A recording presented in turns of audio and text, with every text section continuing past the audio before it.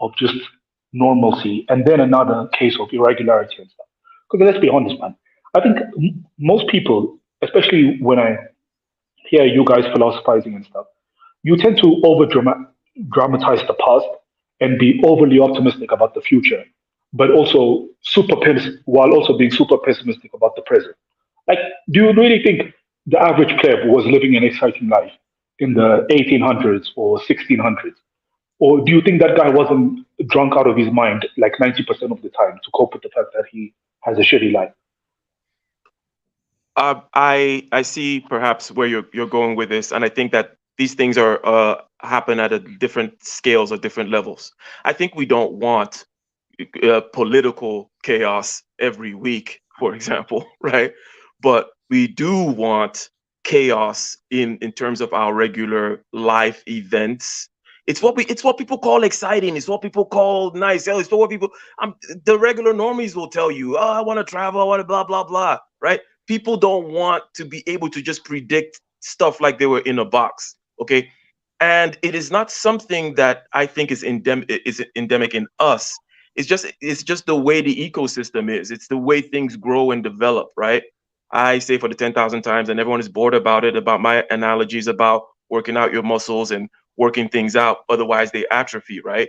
We see these I, systems that require things to be shaken up in order that they operate smoothly and actually improve, in order that they may get information and like feedback. You sacrifice a few cells, you sacrifice a few humans, you sacrifice a few members of the species, such that the species gets better as a result of this interaction with the environment. Generally speaking, is what I'm saying. Now, obviously, this is a kind of a thing that, if to Abby's point, if you wanted to just apply in some stupid black and white, two-dimensional, three-dimensional, four-dimensional way, you're going to be wrong. But it doesn't change the fact that it is true, right? It kind of permeates the entire ecosystem and biology, the way it operates.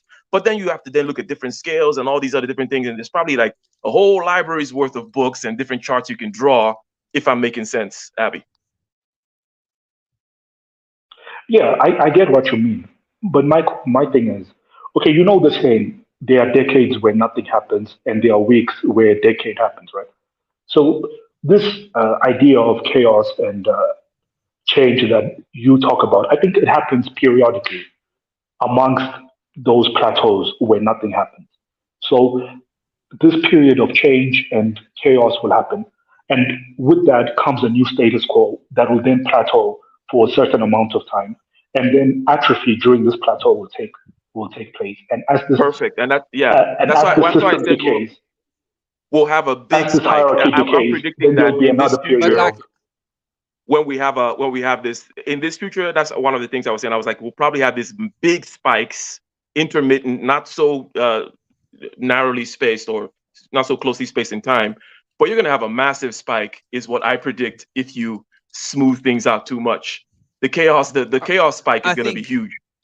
I think that chaos spike is just basically a symptom of a broken system. Like if you don't account for like people's needs or requirements, or if your system is so freaking tight that you can't even bring about any change without like destroying the system, then something's broken, something's wrong. That's just a symptom. yeah. This is like Kit is your polar opposite. Man. He's the other side of the spectrum from you. You are the you are the agent of chaos. He's the agent of order.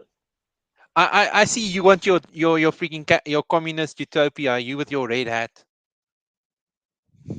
Oh no, no, this is just a picture I just picked because I like the way the guy looks. I don't No, care. no, Yeah, you like the way the guy looks communist. like a freaking communist. Yeah. No, Communist, but Kit, black if communist. I'm hero. mhm.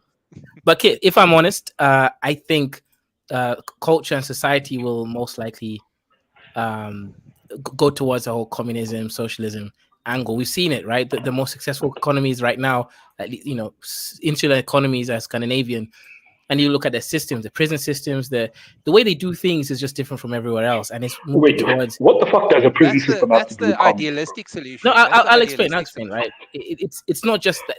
Okay, Abby, Like if you have built such a fair enough society, and now you're even looking at how fair prisoners are, you've definitely gone far. That's the last thing people think about, right? Because the people revolt against you. So the fact that they're No, you even say the having, prison system. Yeah, that's what I'm saying. What The about the fact that prison system? You're, it's so I think it's comfortable, they're man. They talking have about what burgers, they prison? have in Europe, burgers. somewhere in They Europe. talk about Scandinavian countries like like Yeah, Norway yeah. and stuff. They're so comfortable that it's Guys, it's no much more cap. It is effective to have a penal system that isn't just going to go out there and create more. Okay, oh what's yeah, the point? more A penal crime. Yeah, 'cause system that's how should it is be for the other No, countries. to the rehabilitate the Scandinavian person. countries have like Yeah, you're right. You're right. The are way doing the rest of Don't the get it world does twisted, it. Hazel. There are some people that are beyond saving, but at least 90% of criminals. Think about it. Even when you look at it from business end, would you rather want this guy to be here for life, sucking off, draining the state resources, taking care of him, or do you want him to be in the next 5 to 10 years, be rehabilitated, put back into society so that he Yeah. can be a productive member? It Nyla, Why just don't makes you more tell sense. America it's then? not that there's a lot of countries where they throw Yeah. people in jail for a very long time and they just use them as slave labor. Yeah, but let's be Yeah, but honest, that doesn't those work. countries are not. Okay, look, most African countries, they're just going to throw you away and throw away the keys because, first of all, you're not that much of a drain to the state resources. They only have to feed you some shitty food 3 times a day. It's not that big a deal. Once a And day. Yeah, twice a day. Yeah, so it's not yeah. that big a deal for them. And they have other issues to worry about. There's not that much money to be going around taking care of the prisoners. So you will last on their record. The problem, countries like the Scandinavian nations, they have dealt with all of their major issues. So this is like issue number 920 that they're getting to. We haven't even dealt with issue one, so we can't be dealing with issue 920. Mhm. Yeah, good But point. okay, Good point. what was the point? What was I trying to say? Scandinavian countries, prisons, and then before that, Yeah, so what I was saying basically the more economically well a country does, without relying on weird methods like America, the more fair society becomes, more sort of communist like. So you look at Scandinavian countries, oh yeah, in the tax future, is high, but the living standards are extremely high as well. People can afford medicine. It's just a really more that's sort like of the optimistic view okay, what's about the like the pessimistic future. that they have low The birth rates? pessimistic view is they do not need the humans. They do not even need a revolt, a communist revolt, because they can just get rid of the humans. Okay, that's a good point, right? Small countries, some of them have a lot of oil as well, etc. And yeah, look, there's all sorts of Okay, but do ways you you can think go around. it's because the country is becoming rich, or as the country becomes rich? Obviously, it I just think both, right? You need actors to like guide no. it. As the country becomes rich, obviously that means your population on average is also more educated. If your True, population on average is more educated, the more demanding they're going to become. So it's not like you true. have a choice.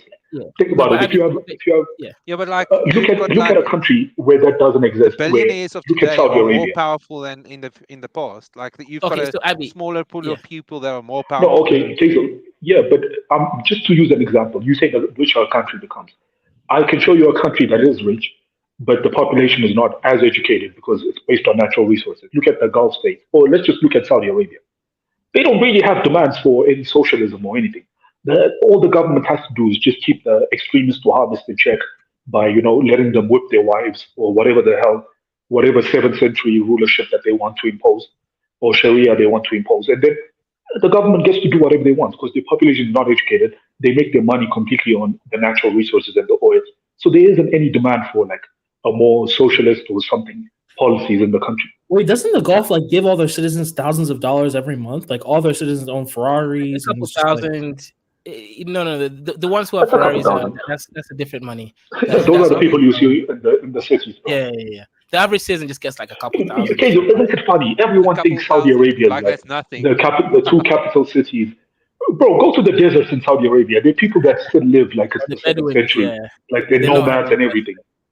yeah, I think they call them Bedouins. A lot of them are Bedouin tribes. Yeah. But yeah, no, Abby, look, my point was this, right? Think of it like economic development or improvement is like a ship. Like, think of it like a country's a ship, right?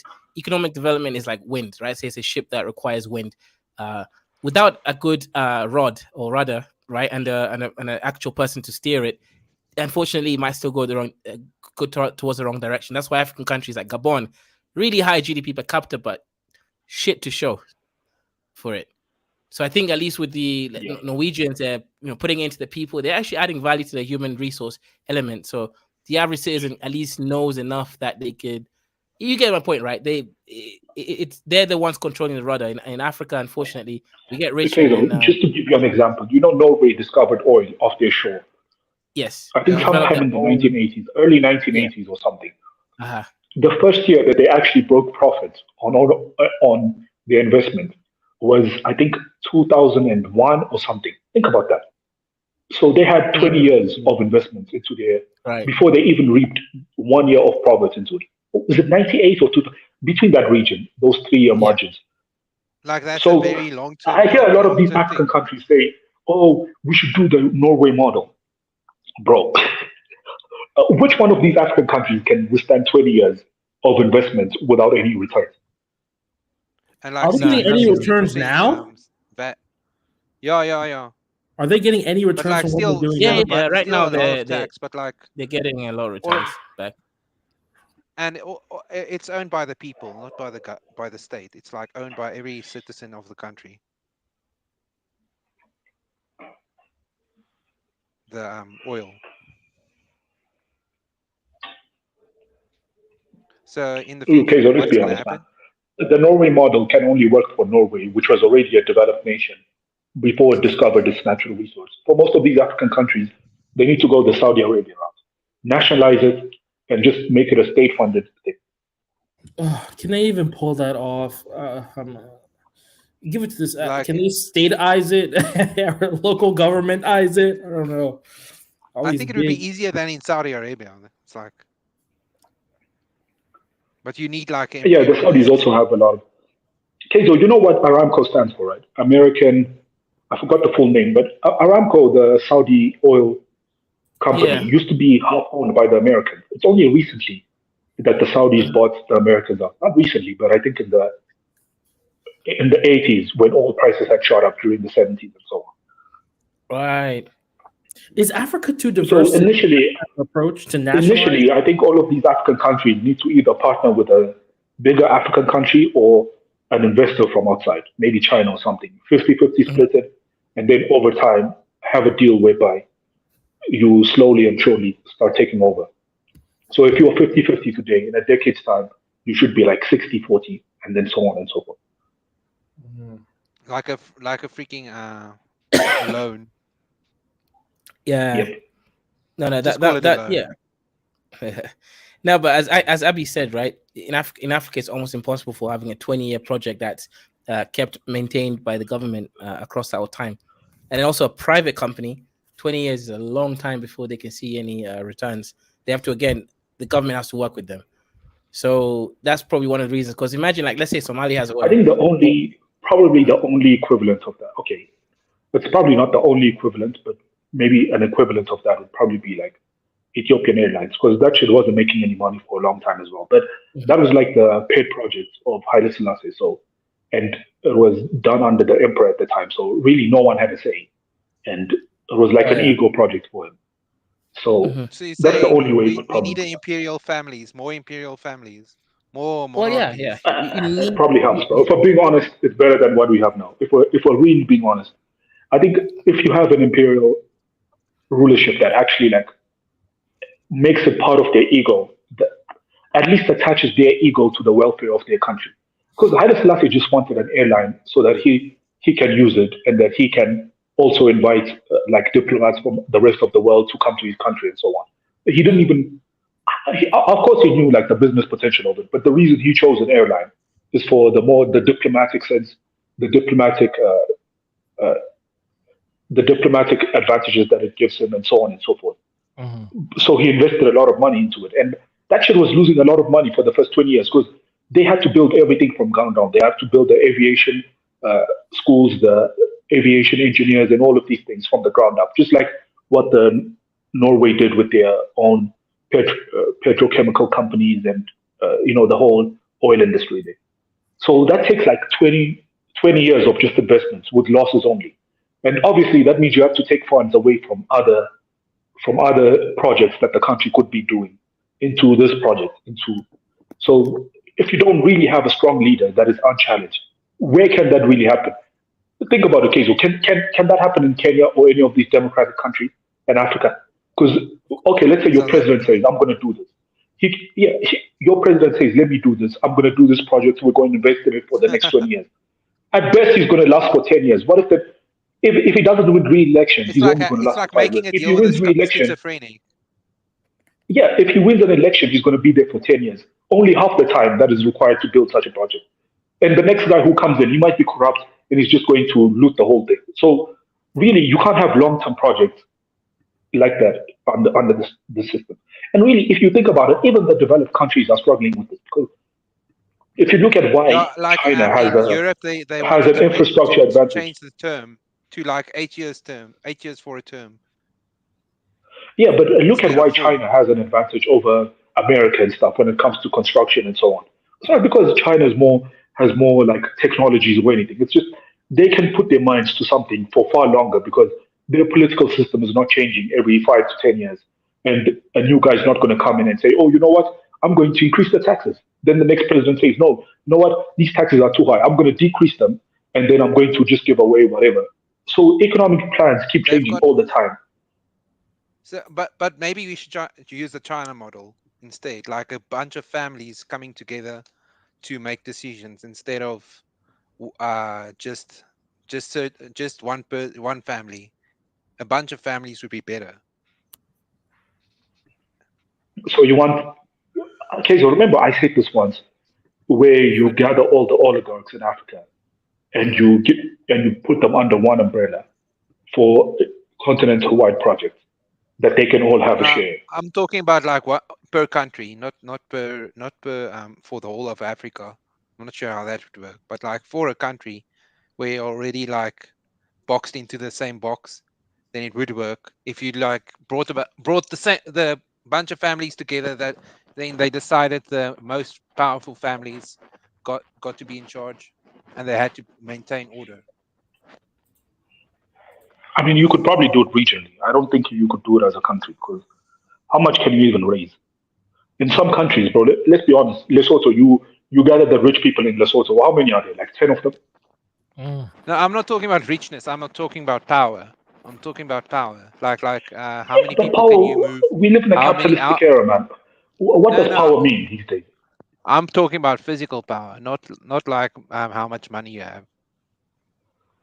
So Okay, yes, we can gather those if we were people. going to fight against each other, who would win? That type of talk, not who would be able to buy out the other guy.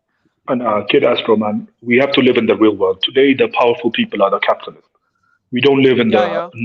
nobility days or anymore, where you can No, have like 20, Yeah, 20 so soldiers and you're not considered a but powerful person. that's still that's the mattering. That's the case in China, where Kid like Ash, are you they've talking got about like generals, and those kind of people who control soldiers, weapons, that kind of stuff?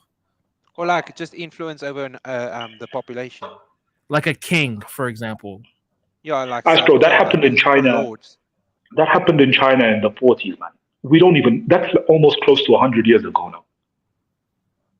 No, it's still going. That's not the current world we live in. And they've got, and basically if you have all the resources, then you can get the money. You can steal the money if you have to. So Not in today's day and age. It's not like yeah, you can go and raid a bank today and you can steal anyone's money. Like we yeah, you live in just an have to be international more banking sneaky system. about it. You have to be more sneaky about it. Now, look, no one here has enough guns to take over any country. If we're being honest, man, these Yeah, countries, no, it's all of it's our not like African you countries actually are being fight. supported by far stronger outside figures. It's either your country is being supported by China, Russia, or a Western country. They're going to sell your country drones and they're going to drone strike you to death. So there's no hope in that direction. The best you can do Yeah, is just create some form of an investment group or an umbrella that is diversified enough for all of these African oligarchs to come together and invest no, for their own profit. this is like not taking into account that basically any country is just on the brink of going into a civil war. The only thing keeping people from going into a civil war is basically democracy. Uh, which African country? I mean, outside of South Africa, I'm which talking about African country South has ever had Africa. democracy? South Africa. Bro, stop, man. You guys are not at any point of a civil war, man. Yeah, You say You man so, just, but like we've bro, got kid Astro, man, close. stop it. Why are you When? In saying the that? 1990s? No, no, yeah, Bro, I've seen civil wars, 2020. man. You guys are not close to a civil war.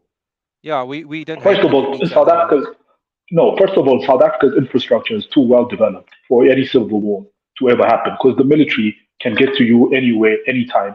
The satellite imageries in South Africa is too good. Like, where can you hide in South Africa to start a civil war to begin with? It's like these American, these bomb militias in America that think they can defeat the American government if they start a civil war. Like, some countries are just too developed for the national army to ever fall prey to any civilian uprising or any militia uprising. So you say the national army can get to the conflict before it blows up or No, something? they would kill you before you even shoot the first bullet.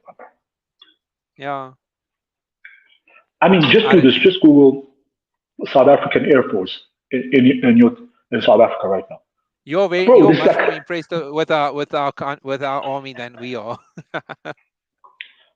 I mean, compared to other African countries, it's not that bad. No, just the Air Force alone. You can in South Africa. You're not even like 30 minutes away from being hit by an airstrike.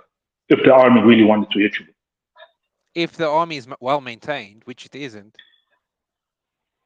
I mean, that's well maintained enough. Like, you remember when was this in 2008 or something, where the army within one day completely took over Lesotho. Now imagine that. That's an actual country. No matter how weak of a country it is, that is still a country. Now think about a militia. Think about how useless a militia is. Yeah, but like it doesn't matter. You can't really use a military against like a scattered force. You will drone strike them, especially today's day and age when drones have become so cheap. They will drone strike you Yeah. to death. You don't think if any civil war gets hot enough, the government will not care about civilian lives. They're just going to drone strike and wipe that area off the face of the earth. They're just going to You don't really need. carpet bomb strike that area. You don't even need drone strikes. You can just. I'm not. I'm talking. You don't need bombs. You just can. You can just shoot guns, bullets. Yeah, the day and age where militias are going to be strong enough to take over, that has to be in an extremely weak state. Like if you're in the Congo and stuff like that, or areas where just the There's a bunch of trees. topography of the region is very challenging. Like let's say a country like Afghanistan, where half the country is just mountainous caves.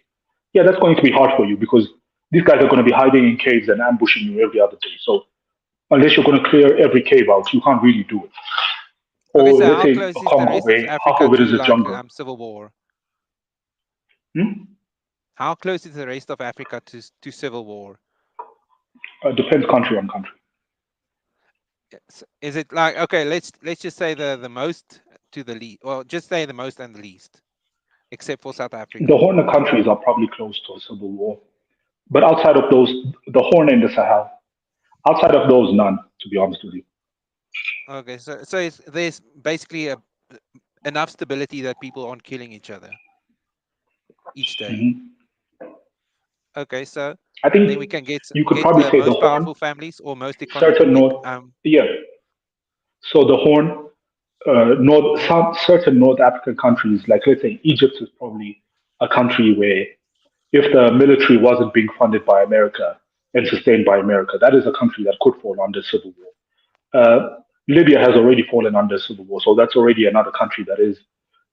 Algeria, maybe, but the problem with Algeria is the military is super united, and the military has a very tight leash on the country ever since they won their independence against the French in like that 10-year civil war they had. The military is too strong.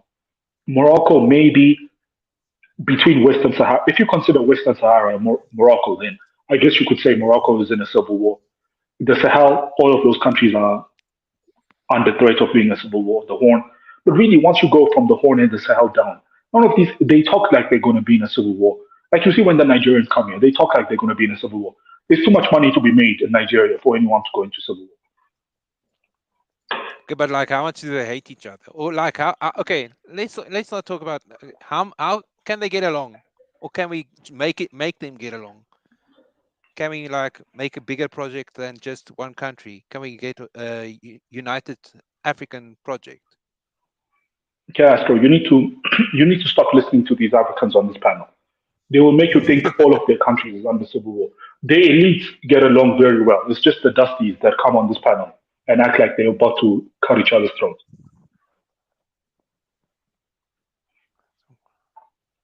Capitalist, decentralized democratic technocracy with a strong borders and an IQ test for citizenship. Seriously.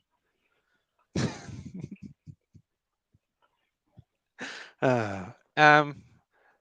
So what do we even do? Like you're saying like freaking oil refinery, but like is that all For what? for like economic growth? Let's focus on economic growth. I would want to go for like a freaking education, but like I mean, it's not all economic growth. refineries. You have to look within your country and see what your No, country let's needs. like What are the the things whole that of you Africa, import? the whole of Africa. Okay, That number that one, food security. okay, food security. So Yeah, what why are not? the instead of having these large size plantations that make food that plant crops, cash crops for export, at least use some of your land for internal domestic consumption first. Because none of these African countries that you hear, oh, there's high food prices, inflation, and so on. Maybe with the exception of a few that are in a desert or something. Most of these countries have enough like land and farming output to feed themselves. The problem is they don't really use those lands to feed themselves. They use it for cash crops. But the Yeah, problem yeah, with yeah. cash crops is you are betting on the fact that, let's say, your country exports bananas.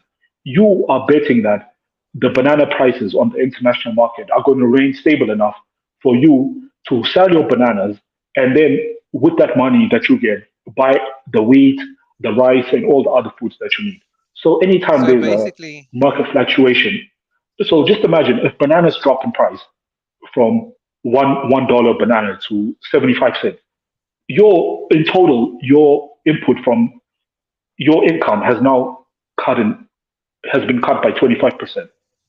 So yeah. that creates food shortage because now the amount of food you can buy is also going to be cut by 25%. Now you see these African countries going out there and saying, oh my God, we're having food shortages, there's inflation, we need food aid. So it's not really, it's more like these countries have been thoroughly fucked and exploited by the international system, So basically, mostly at the behest of their own we should elites too. force them. We should force them to like at least make enough, plant enough for their own for to feed themselves, and then they can worry about cash crops. Is that like a policy we At should least implement? try and do, yeah, at least try and do some crop rotation. Because if you think about, let's say, Is that if not you being are for done? one season planting That's like the bananas, number one isekai cheat code. yeah, if you're for one season planting bananas, then the next, let's say you can only have two seasons, two farming seasons within a year for you. So for that one season, plant bananas. Yes, the amount of money you'll make would be probably not as much. You'll probably be cut in half because you can't use both the planting seasons. But if you use the one planting season and then the other planting season, you can use it for domestic consumption purposes. So if your country is a country that has a lot of tomato consumption, like the West African countries who use it for their rice and so on, one season you can use that land for bananas, the next season you can use it for tomatoes. So in that way, you're almost balancing out your uh, import substitution and also your exports as well. Yeah, Because if you try and because do it all at once, it will be too much of a shock, and you'll also be vulnerable to any, because farming is not like at some point there's going to be a drought or something. So if anything goes wrong, you can have a situation like in the Soviet Union where they had their mass starving situation, or in China or something where they tried to plan out a whole agricultural produce system within 5 years, and because the plan didn't go as right, now you have mass starvation. So you don't want that. So at least try and do it gradually. yeah, as much as we want to be, we aren't gods. Like Yeah, true. Edwin, I didn't say that they didn't have sewage. I said here by me they weren't connected to the sewage system of the city. That's what I said. Anyway, um, so crop rotation, 1 year freaking bananas, the other year freaking Oh, no, grain. one planting season. Yeah. So in one year, depending on where you live, some countries There's can only reap and sow cheat once. codes for the freaking plantings. You can plant one thing, plant another thing the next year, and use it for something else, and then plant something else, and then you get the virtuous cycle for your crops. But like, yeah, Yeah, or you true, can you just can do like that. let it rest, or you can just let it rest. But why Yeah, isn't it true. being But implemented in Africa? the good Why thing aren't they about doing crop that? rotation is that money. Because if you're a capitalist that owns that farming plot, No, you you want can't. the You income that need to comes. feed your cows if you want to milk them. That's like capitalism 101. Come on, be a good capitalist. Yeah, but you could say the same thing about any capitalist out there. They don't think long term. They think about the short term profit. That's Edwin, like I saying said you they need had to a pay your French taxes drain. because the same road. You could say make that same argument for any capitalist who's cheating on taxes or anything. You could say, or even the ones that are underpaying their workers. You could say Yeah, if you're all underpaying your workers, where are your you need workers to going to feed your make the money cows. to buy your goods? Like in No America, one where thinks where like they that. don't pay the people enough that they have to have food stamps. So basically, the Exactly, but no companies one thinks like are that. stealing the money from the normals, from the taxpayers to pay their Yeah, workers. That's like effed up. but you know what's so I funny? mean, If you then tell if you ever have a campaign where you say raise the minimum wage, then the average like shop owner is going to turn around and say, "Oh, you're going to make me run out of business and so on." yeah. So even people don't know what they want. Like on one hand, they want you to help them. On the other hand, if you try and help them, they're going to say you're trying to ruin them. So Well, let's pretend we're like part of this elite group. Let's pretend that, and then we just make rules. We don't care about other people's feelings. We can just implement them. so Okay, you, so then according to you, you would. hmm? We don't have to care about Yeah, I mean, people's if you feelings, and we don't even have to care about votes. We can just implement things without worrying about the peasants. Let's pretend we're the African Union for now. the Okay? African Union, Yeah, but run so by you a want to bunch be of a dictator, nobles. Huh? a bunch of dictators. Yeah, like that, like the perfect system. Anyway, let's just it's just a thought. Well, we are just wanting to get like what's the actual solution we want. We want better crops, food security for the country, because it's a bit ridiculous to be in such a fertile soil and run out of food. That's one thing. Yeah, that's why I said, look, whether you like it or not, right now, that's why I made the argument that at least what Africa needs right now, you're not going to get what you want from the political group and so on. What you need is at least the oligarchs from these regions to come together and be given similar to how they gave Dangote pretty much. You know how Dangote made his money is he didn't really build the cement factory from ground up. There was a national cement factory there that was decaying, and they pretty much just gave it to him on lease with the requirements that he achieves XYZ goals in order to keep it.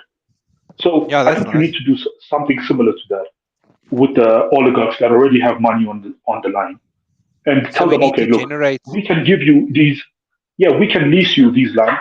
Okay, like you see now in the Sahel, they're doing this thing where they try to fight desertification because a lot of these lands, the greenery, even across that region, is suffering under the impending, the growing desert. So what I Yeah, would it's have losing done fertility. if I was these countries, I would gather the capitalists there and I'll say, look, we'll give you any plot of land that you greenify, that you can turn into some form of plot of land that can be used for agriculture. So they can use their own private money. They can invest in those lands. They can greenify them, and after they greenify them, you can lease it back to them for let's say 50 or 100 years, whatever agreement you have, and say we expect you to grow XYZ crops in accordance with the government needs, and then the government will subsidize you by assuring you that it will buy X amount from you at set prices, and whatever extra you can you you harvest, above our requirements, you can sell it on the international market or whatever you want. Yeah, yeah, like yeah, I'm getting your point. Like it's a very lucrative deal, but it's like for the people inside your country. Like at least it's not a Exactly. company outside that's like just making profit in your country and taking it outside. Yeah, exactly. And your government doesn't really have to put any money up front. That will come from the Yeah. private investor. So it's actually it's workable. It's actually doable. Yeah, in the African context is doable. Because a lot of these African projects, they don't fail because they have bad planning or anything. It's because there is no profit incentive when it's done by the government. So there is no real incentive for them to look after the project. Like I said, imagine a project that needs. So if it was done by the government, you'll tell them, okay, let's greenify this land. They're going to do it for the cheapest way possible. They're going to buy the cheapest plants possible. They're going to use the cheapest method possible to greenify the land. They're going to come. They're going to have an event where they say, oh, look, we have turned this desert into green again. Look how great we are. After Like in that TV China. event or national event, 1 year down the line, all the plants have died. That place is even worse than it was before, and Yeah. nothing has really been achieved. They just did it So, for a well, photo op, you've or they stepped didn't really care backwards. because, yeah, they just wanted the credentials that come with it initially. If you gave it to a private investor, he's actually tied to that place because he spent money on it, and with the goal that you have given him that this land can be his to farm and to harvest on. So he's going to make sure he does it in the best way possible, in the most sustainable way possible. Yeah, yeah. With someone, yeah, yeah. I can get behind that. Like something a variant of that. Like I can see it working. Yes, so more forms of these public-private partnerships where the risk is on the private sector side, but the government also has to give some benefits to the private sector. Because what you want is the government shouldn't assume any risk, but the government should also be willing to give for the successful private investors some level of clout or financial rewards at the end of it. Yeah. Okay, that's like I think that's farming sorted out. Let's pretend that we implement that policy. And then is there any other economic type of projects we can do? Like that's just basically a policy change, isn't it? Yeah, for the most part. It's it sounds easy. It sounds easy. Like just getting it done It is sounds another doable. thing. Let's not say We easy. we need a Doable. new we need a name for it. We need a name for it. I will come with the name some other time. What's the next? They What would can be they the can next call it thing? whatever they want in their own different countries, so that they No, no, can you feel need like a it's their like own a national Pan idea. African. You need a Pan African thing for it, man. Nah, these Africans they don't like something that that they feel like is being imposed on them. So you have to make it feel No, no, like it's they not came up with the imposed. idea. It's like the spirit of No, I'm just Ubuntu. saying, We are even if all they going to. no, you have to make some of these people feel like they came up with the idea. So you have to nudge them towards it. So you have to make it sound like you have to make come up with a name for it in each of their own individual languages. Okay, let's just get the name for the what's the call for the a treaty or like it's an agreement between the countries. The sustainable produce agreement, African sustainable produce agreement or something. Something like that. Yep. Okay. What's the next thing? What do you? I guess maybe Everyone's quiet now. It's just me and you. power generation, Power electricity, gen. or Yeah, something. yeah, yeah, yeah. That's like, geez, you can't really do anything if you don't have power. Yeah, Like we've got a bunch of I don't know that one. solar farms here, but like that's just for the rich people. Yeah, I think that one too. I think it has to be some level of private-public partnership. No, Like not to be fair. This one, I think this one has to be done by the government because it's in your best interest if electricity is as cheap as possible in the country you're in. it's like yeah, but like it's well as long as it works. Like maybe we should increase the importance of electricity generation, of power generation, and Yeah, true. the And the other and thing the with responsibility electricity is placed on that, the companies, on yeah, the true, people but in charge. Yeah. I think when it comes to electricity, every country has to come up with their own strategy because depending on where your country is, it will have a different form of electricity generation. Because if Yeah, you live in because a like country with a lot of rivers and so on, you can use hydroelectricity. If you live in a desert, it's probably in your best interest to adapt to solar electricity and stuff like that. So it really depends what part of the world you're in or what part of Africa you're even. yeah, and but like So a what country about like like South Africa should honestly they a country like South Africa should be investing in nuclear energy because they already have the initial like foundation. No, they and we've have got some of nuclear the foundation physicists at as least. well, eh? Yeah, exactly. And you have the infrastructure. Even Nigeria, it has the capital to be investing in nuclear energy. A country like, let's say, Gambia, they should be using hydroelectricity because the country is too small and half of their country is literally water and it's a river. So you might as well just use the, hyd- the hydroelectric potential of your country. Yeah, So each country differs in that. if it's like a per individual household, then it's easy to generate power for them. But like not for Yeah. a large factories and stuff. That's where it gets difficult. Except for like hydro. Yeah, true. Okay. Yeah, hydro is useful in that. But also, like, every country is going to be different. But really, what you want is electricity to be as cheap as possible in your country so that manufacturing can also be as cheap as possible. Because for most of these, because what you want is once you get the electricity part of your country down, you want to be going into like creating a steel industry and a chemical industry. Because those are the foundations of any manufacturing powerhouse. Yeah, I realized that because like this is a problem we have in South Africa,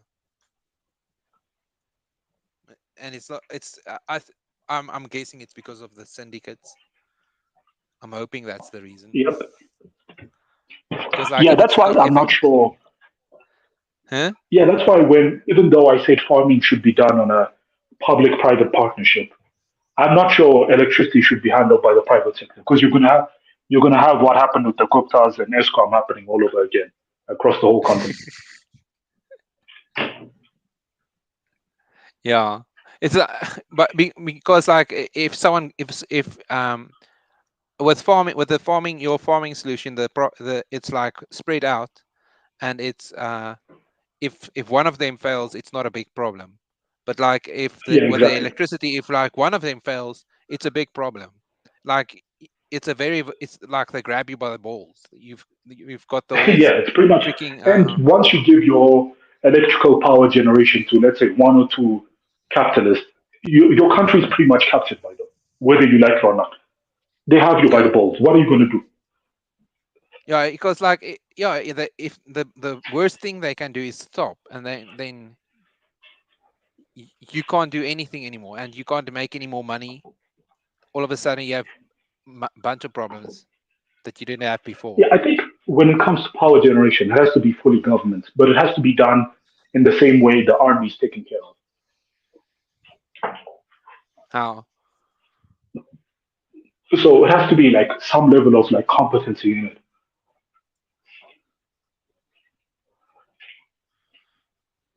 Like bringing taking out contracts for private companies to come work for them, but like uh on Yeah, a that, but also giving some level of accountability. So that position, the head of, let's say, ESCOM, should be a position that is voted into. It shouldn't be a position that you can just get, if that makes sense.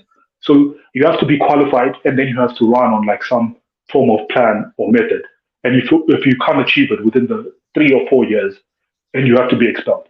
And the country has to rely on the province or something. yeah, because So like like government entities, like let's say how Aramco is run by the Saudi government. Like the Saudi government is completely reliant on the profits that the oil company makes. So there's no way they're going to fuck that up. Aramco is completely ran on the profit that the country makes. No, Aramco, which is the Saudi oil company, Yeah. is run by the government, but it's not incompetent. You can't say it's incompetent because the Saudi government needs the profits from that oil, from the Yeah, oil like company to survive. I've watched the video about that. It's like the whole country's like if they stop producing oil, the country would collapse within a day. Like they're Yeah, slowly exactly. building up a defense for themselves because they realize the U.S. Army won't defend them. But like at the moment, they're still weak or they're still vulnerable. Yeah, so yeah, that's the tough one though, because honestly, that's probably the most challenging part of all of this. It's how are you going to set up your energy companies, such as your oil and electrical companies, because the way you set them up, they can't be fully in private hands, but you also have to find a way to avoid the corruption that comes in when governments own it too. So Well, how it's do you set up that accountability? I think it's like it's a matter of like accountability. Like you need to keep people more accountable for their performance, and they need to take the job more seriously. Like even if people try to hide away any corruption, it should be spotted and taken care of beforehand, or like yeah, earlier than later, because like it's a very sensitive spot in the country. It's like basically the whole economy depends on it. You can't afford Yeah, to slack with it. That's my thought. Like I think people aren't taking it as seriously as it needs to be taken. yeah. When you think about it, it never gets mentioned. Like, when do you ever hear on the news anyone talking about the power company or anything? But even though it's probably like the most important aspect of a country.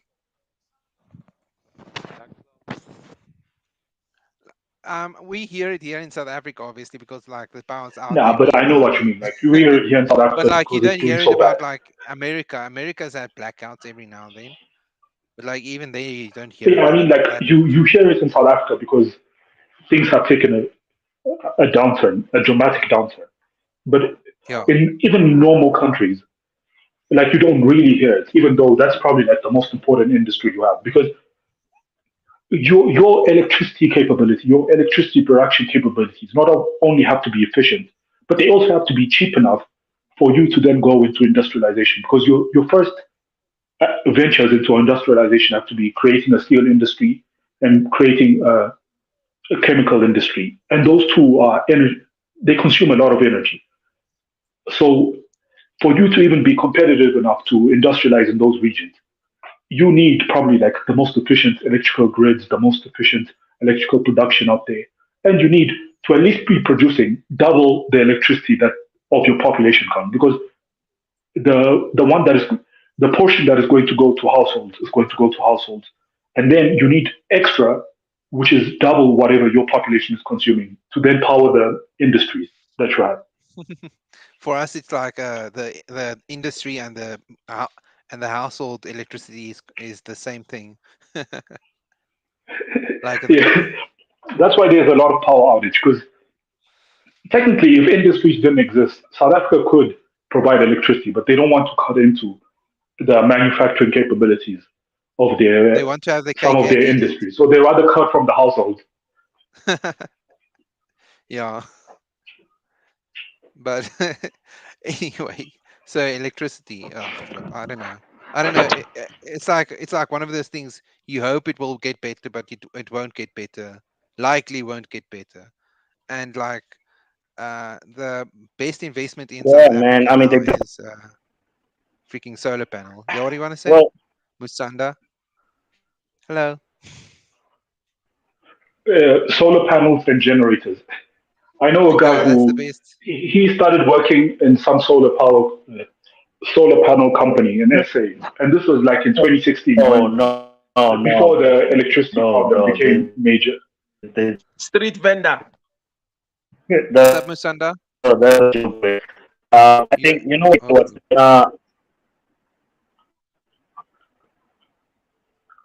You see, this guy's electricity is also, Yeah, his how are you, internet man? is being This affected by it as Joanna, well. you know, I'll call Ike for you. I'll call I can file for you. Ike. What's that? Like on the solar thing. No, there's no solar that can power anything, man. So the amount of power that solar produces, it's way too low through all the transmission lines. It's way too low. Yeah, The but truth you is know, either nuclear or coal. If you're ever going to talk about home industrialization, it's impossible. In fact, with solar, because you're not even dependent on it. That might make me worse. And the efficiencies within this solar panels, right? Silicon solar panels is like what 20%. Like let's just say theoretically, because there's other new material. Kaiser knows about it that they're trying to work with. yeah. That's cheaper. But even with that, it wouldn't help because the amount of power you produce is way too low. You cannot industrialize on solar. It's Musanda, just I Yeah, beg I'm you. not talking about like Musanda, I'm next not talking time, it's about a I'm not joke, Musanda, I talking man. about beg you. Okay, industrialization. Musanda, I'm you talking say about this, like but you for know how solar panels, you know how these solar panel companies sell themselves. It's like they make it look like it's an alternative to using the electrical grid. Look at all the it houses. is an Okay, when you go to alternative. any of these richer estate areas, or like even Santon, some of these places, all of these houses these days have solar panels on their roofs. You think the average consumer knows that your solar panel is not going to help you that much? Even Bill They Gates, do. I mean, even Elon Musk had I some have a solar panel myself. solar panel company. Yeah, I have a Okay, let me put UPS. it this way. I have a It's UPS not going to myself. be Yeah. industrialization, but like for the comfort or like the convenience or like if you're not doing an industrial job, if you're doing an office job, then Even for obviously the solar household, man, panels enough. it's not enough. Yeah, No, even household. for household. So, yeah, I have like How is it 10 not enough? kilowatt. Yeah, I have two Why is it not five enough? kilowatt. Oh, it's because again, it's too low, man. Do you understand? First of all, it's not dependent. Remember, power that you get from mostly for housing goes to a battery, so that's energy already lost. That's loss on you taking energy from the sun, right? Which already from a solar panel is not even as efficient. Going to a battery and then hoping that you have. So basically, yes, technically, if you have a big enough battery, like let's say a battery that's I don't know, maybe 50 kilowatts, just to be safe. But how much would such a battery will cost? And you know how big a 50 That would be kilowatt too battery? Just I go know exactly. on how Google much right now. battery Just they put Musanda, make. that's the Or problem. you 15,000 know what I rand. mean? Yeah, Like that's the 15,000 rand. It's huh? problem expensive. with solar It's not panels is the What? most for Okay, expensive you thing to okay. in get a Let me say solar this. solar. panel is the My battery my battery, and the my inverter. battery that I had to buy, the battery I had to buy, right? Yeah. One 5 kilowatt battery cost about 35,000. One, right? I have two, so it's Rand. 70, right? Not me, but yeah, just know the place I have. I mean, it's 70, right? I'm telling you that you're gonna need 50 for one house just to be safe. Do you understand what I'm saying, man? Just to be safe because you're Musanda, Yeah. you know, drawing this in is like power from the But sun that like you this it's is not it's the not like dependable Kanye on. Musanda. The sun is not always up. it's not like it's not being done. Where is it No, with but that? Kid Astro, Wait, I'm gonna be show me honest this with you. place where it's fully living on solar. A lot of Orania. these. You think Orania is fully Wait, on Musanda, solar? chill. Wait, What's the question? Musanda, Kid Astro. This is the problem with a lot of solar panels. Unless you're living in like a desert, the return you get from the solar panels over, let's say, 20 years will not even sustainably make up for the for the price you pay for the solar panels, and also the constant servicing that you have to do these get these solar panels, because every year you're going to have to get your panel cleaned. This is something they don't tell you, because these panels, they don't last that long, if you're being honest.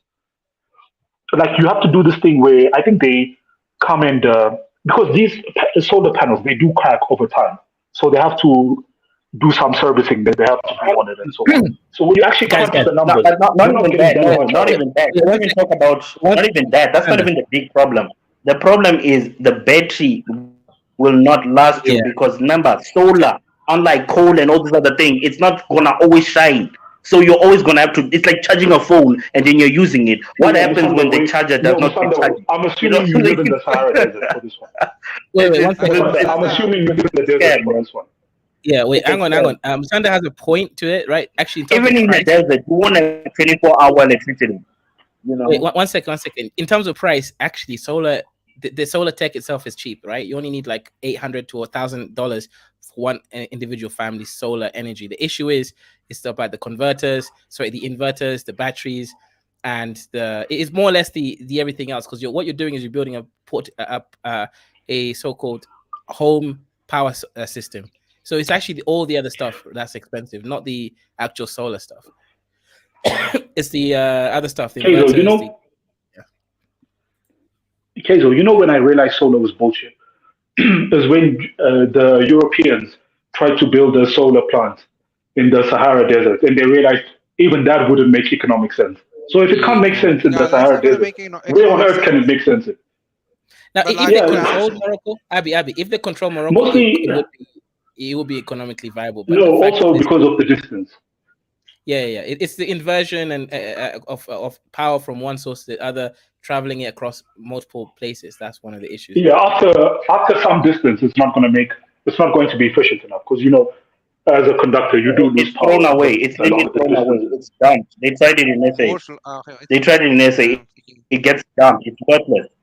They throw it away because the amount of power that you in those transmission lines, it's not only worthless, it even it damages some of the wires, is what I hear, right? Because those wires were actually made for extreme high level voltages, low current. You know what I mean? Yeah. Obviously, because they want to lower the amount of. You have to have a Yeah, whole yeah. But system. my point is that you cannot transmit solar power. That's the pro. You so look at all the problems you have. You're not dependent on the sun, right?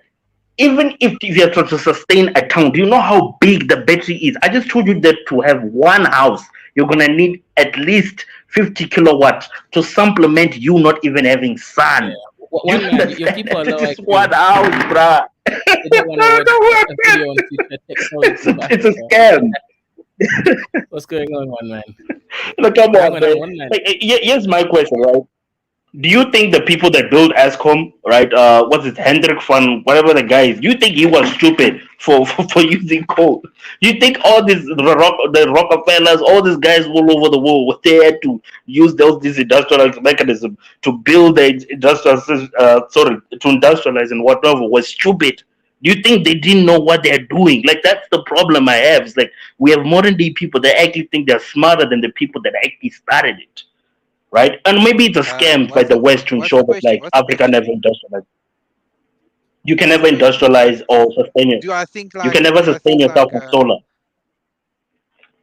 yeah, I'm not disagreeing. Yeah, and also just one What Yeah, I'm no, second. no, no. saying is like for a household, Yeah. for one household, No, for a one single second, household. quick, Castro. Yeah. Yeah, one man. You guys are low IQ, man. They only want to watch the politics and African culture. They don't want to watch a video on African future technology. Oh man, that's crazy. And also, yeah, Negus, click the link, Negus. Yeah, come and drop your email in the back chat. I want to be doing a show with you and Abby tomorrow, right? Hopefully, if Abby's free, right, on Fano and all that stuff. I'm trying to invite one more Oromo to come and fight against you two, but he's but who knows, right? But yeah, just come in and drop your email at the back chat. I've sent you the link. But yeah, one man, you can come back and explain your people. Yeah, because last I checked, right? So low voltages are measured from 0 to 1,000 volts, and that's what a lot of these renewable energies are producing. A bunch of low voltages through low voltage. transmission wires, right? Yeah. So I'm just That's why saying, you like, need a What's whole the new problem? system. Okay, you can't even transmit it. You know, like what are you gonna use? Like, I'm not okay. yeah. You are No, talking they have about something else. I'm step talking about one converters. thing. You are talking about something else. And like Hang on, even that. yeah, Musanda. Sorry, just 1 second, Kit. Yeah, one man, go explain your people, man. Why are they low IQ? They don't watch a video on science, technology, and future of Africa. Even my Dusties are watching it. Sorry. How do you mean? You mean this one? This one you're on now?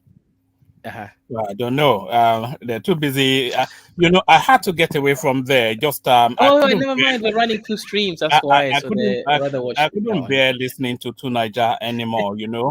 It doesn't know what it's talking about, and it keeps on hammering and hammering. It does your head in.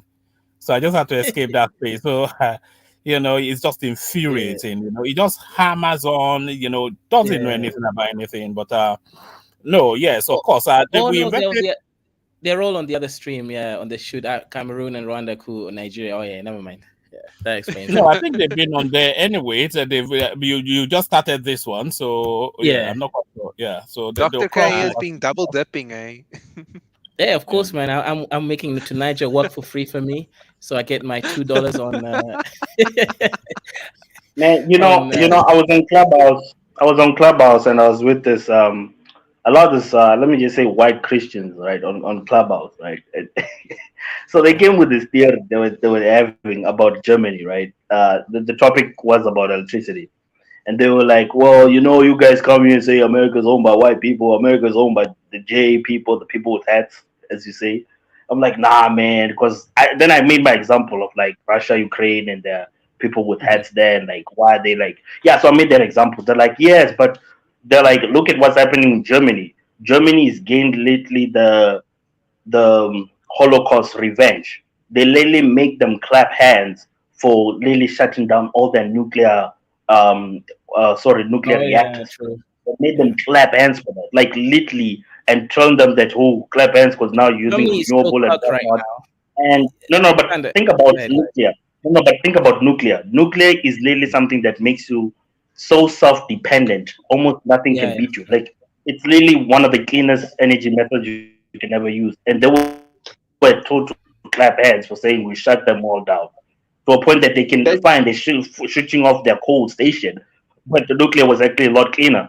So it makes me think. Like, I think Germany is like being targeted, or at least has always been targeted for years in at least by the US, like indirectly, and maybe within the next decade, Germany won't even be a country. And I could believe it because they won't even Yeah. have the electric You capacity to you do it you you do not unless have they you work don't with. do not realize how strong Germany is.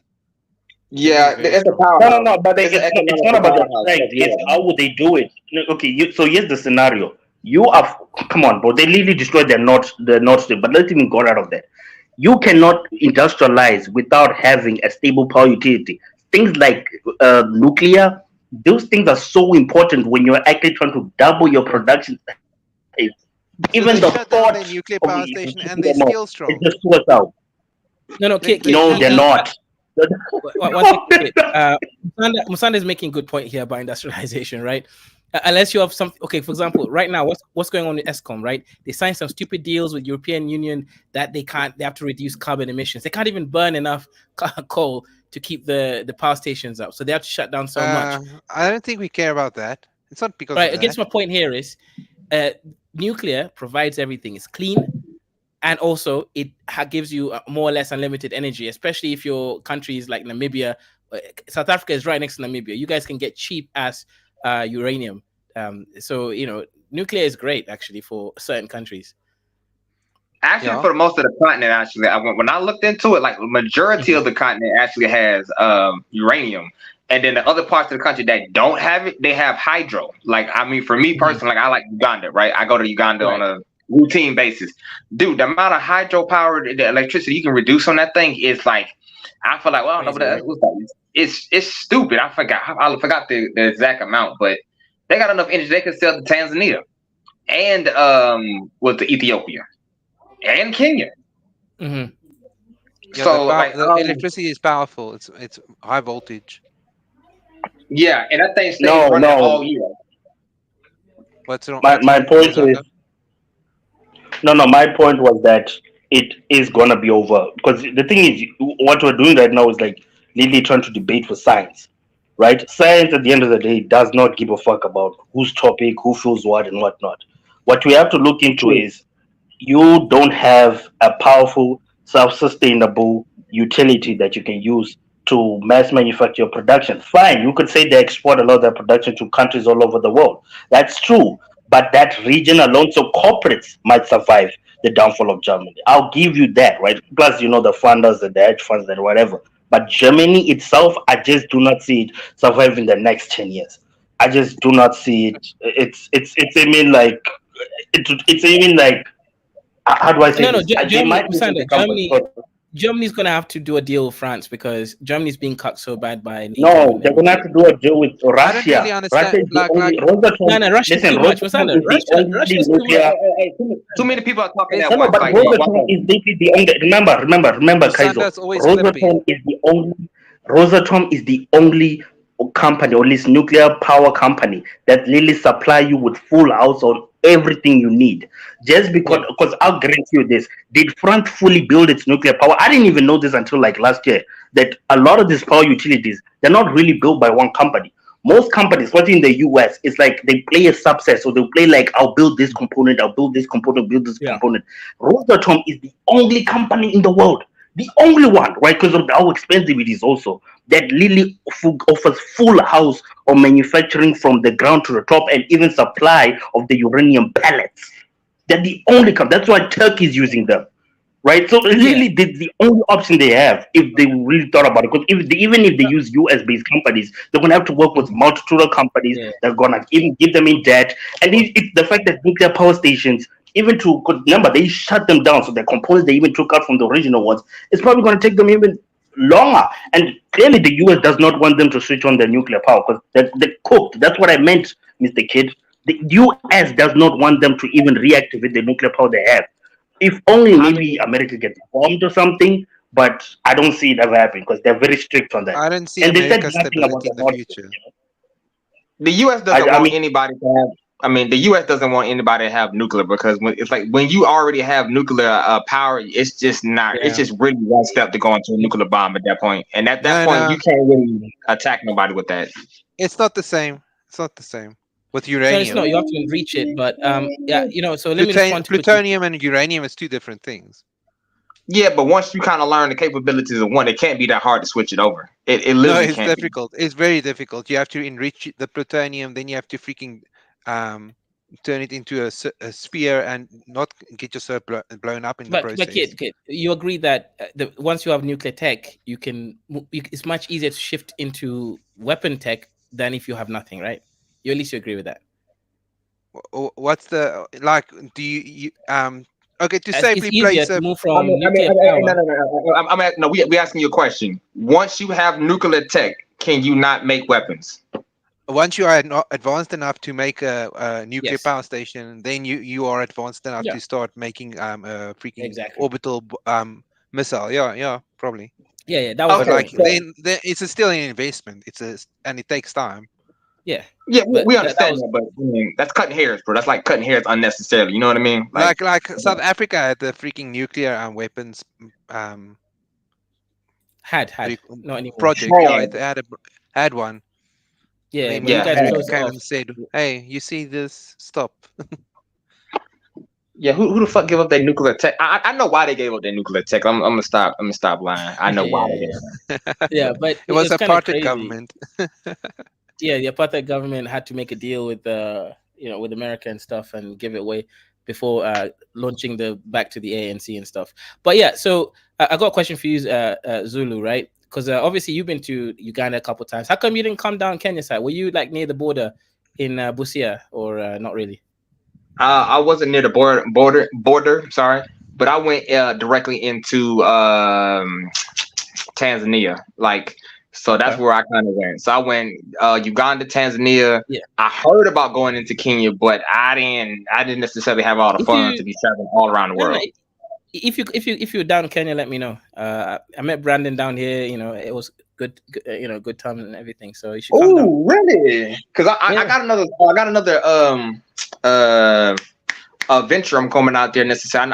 One of the chicks wanted me to open up let's say a small little bar out there. So I was like, not a bar. What do you call it? Well, a station where you can just buy liquor and stuff like that. Yeah. Like, we call them off license bars. Like they can small sitting area outside or just inside. It doesn't matter. Yeah.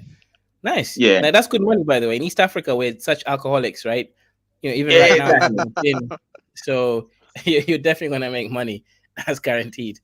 Hey man, if they paying, I'm selling. Goddamn it! So, bro, you can't like in East Africa, alcohol is. I'm talking about everyone. Zulu, the Muslims drink alcohol in Kenya, right, and Uganda. So everybody drinks alcohol here. I went down there. Trust me, I went down there. I got one of them now special beers, bro. I was like, I got two of them things. I was like, yeah, I'm too American, bro. I'm too American. I'm not ready for this. Right. Over here, like they also got the 12% German, 16% Netherlands and German beer. We've got them here as well. I never saw that stuff in the UK. I saw. Yeah, I think the Guinness Black. Guinness Black. Yeah, exactly. Yep. Yeah, I was down there, bro. No, trust me, I was around the town. I just didn't know where you was at, so I didn't get the chance to really slide up over there. That's all. Right. Yeah. Next time though, yeah, we definitely can do something, man. It'll be good to meet up and talk and stuff. Oh yeah, I'm about to jump off real quick. I'm gonna come back, but I'm gonna come back on my computer because right now I'm on my phone. Wait, did you come in through Tonight's channel or my channel? Probably Tonight's channel, right? Tonight's channel. Yeah, I'm looking at his channel. I don't know if you got a channel, bro. So hey, I'm saying, yeah. hey man. Dr. K, why are you a doctor? Why am I a doctor? I have Yeah. a PhD in materials physics. Material physics. What? Yeah, material physics. So like nanotechnology and all that stuff. Oh, okay. Yeah, I did actually do medicine. It's a superset of chemical, right? It's like on top of chemical engineering, right? Yeah, exactly. I'm just guessing it's like stress test on a metal and like the temperature gradients and stuff I like do that. know metallurgy, right? But I didn't really go down that path. I just found it boring, like the whole steel stuff. I did do a whole course on it. I actually taught a course in metallurgy, like steel structure and stuff. It was boring. I preferred more of the like microstructures and like metamaterials and stuff, right? That was more You should interesting have to me. worked with. You should have worked with Ike, man. I'm sure he's a builder. You would probably need that metal engineering thing with you. You know, you work together. What Yeah, is one Ike? day, once the construction business like evolves. Right now, they're still very rudimental in using like very predefined like materials like steel PhD in beams, streaming. concrete, and Wait, it's so very defined industry. If you're looking for like getting a normal job, obviously I can make another company where he's now using new materials, but that's a whole different scale of things. yeah, no. What I'm saying is, so with metamaterials, can you create? Look, I always hear about metamaterial and absorbing sound. Is that true? Like you can create material that can absorb sound, and also Yeah. light. I think I hear it a lot being said on light and lithography, and how Yeah. like they say almost everything has what's that thing when light bends? What they call that? Not diffusion. What's it? The thing when you pass light even on air. Refraction. Diffract. Is it no? Is it diffraction? Right? Yeah. They said Diffraction with index. Refraction. yeah. Is They it say it refraction? diffraction index. Yeah. So they say it's negative, right, or something. They said like it's with metal materials negative or something like that. It Yeah. means So you yeah. can create materials with almost like okay, it's a lot of stuff going on there, right? You can actually make materials at like true black or true white, for example, right? Either almost 100% reflection, almost 0% what you call it, absorption. Then you can work with that, make new materials that you can obviously get the refraction index that you're looking for. So yeah, 100%. Like, have you not seen like? Yeah, go ahead, Ike. No, I just wanted to say that. Refraction. That's it. Yes, refraction. That's the word. Yeah, not Yeah, refraction. we Yeah, told him 10 times, but he can't hear over his own voice, can he? Anyways, I was just going to mention that the idea He said now is diffraction, man.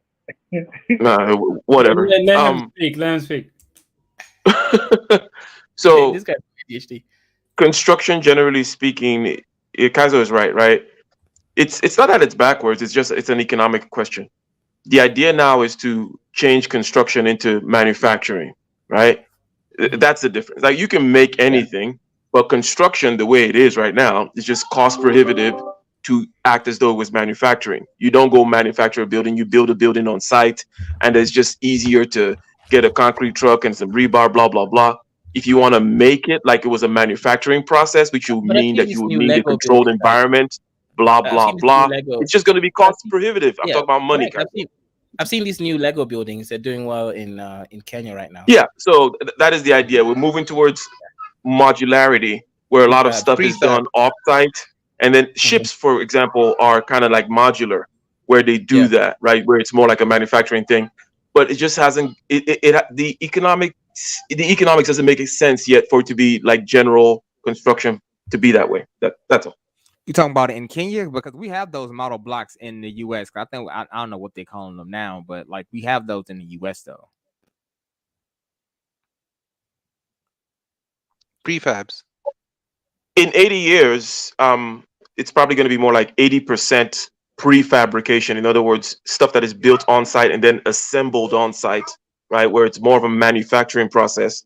And then you can, in the controlled environment of your prefabrication facility, do all kinds of things with the materials and such, right?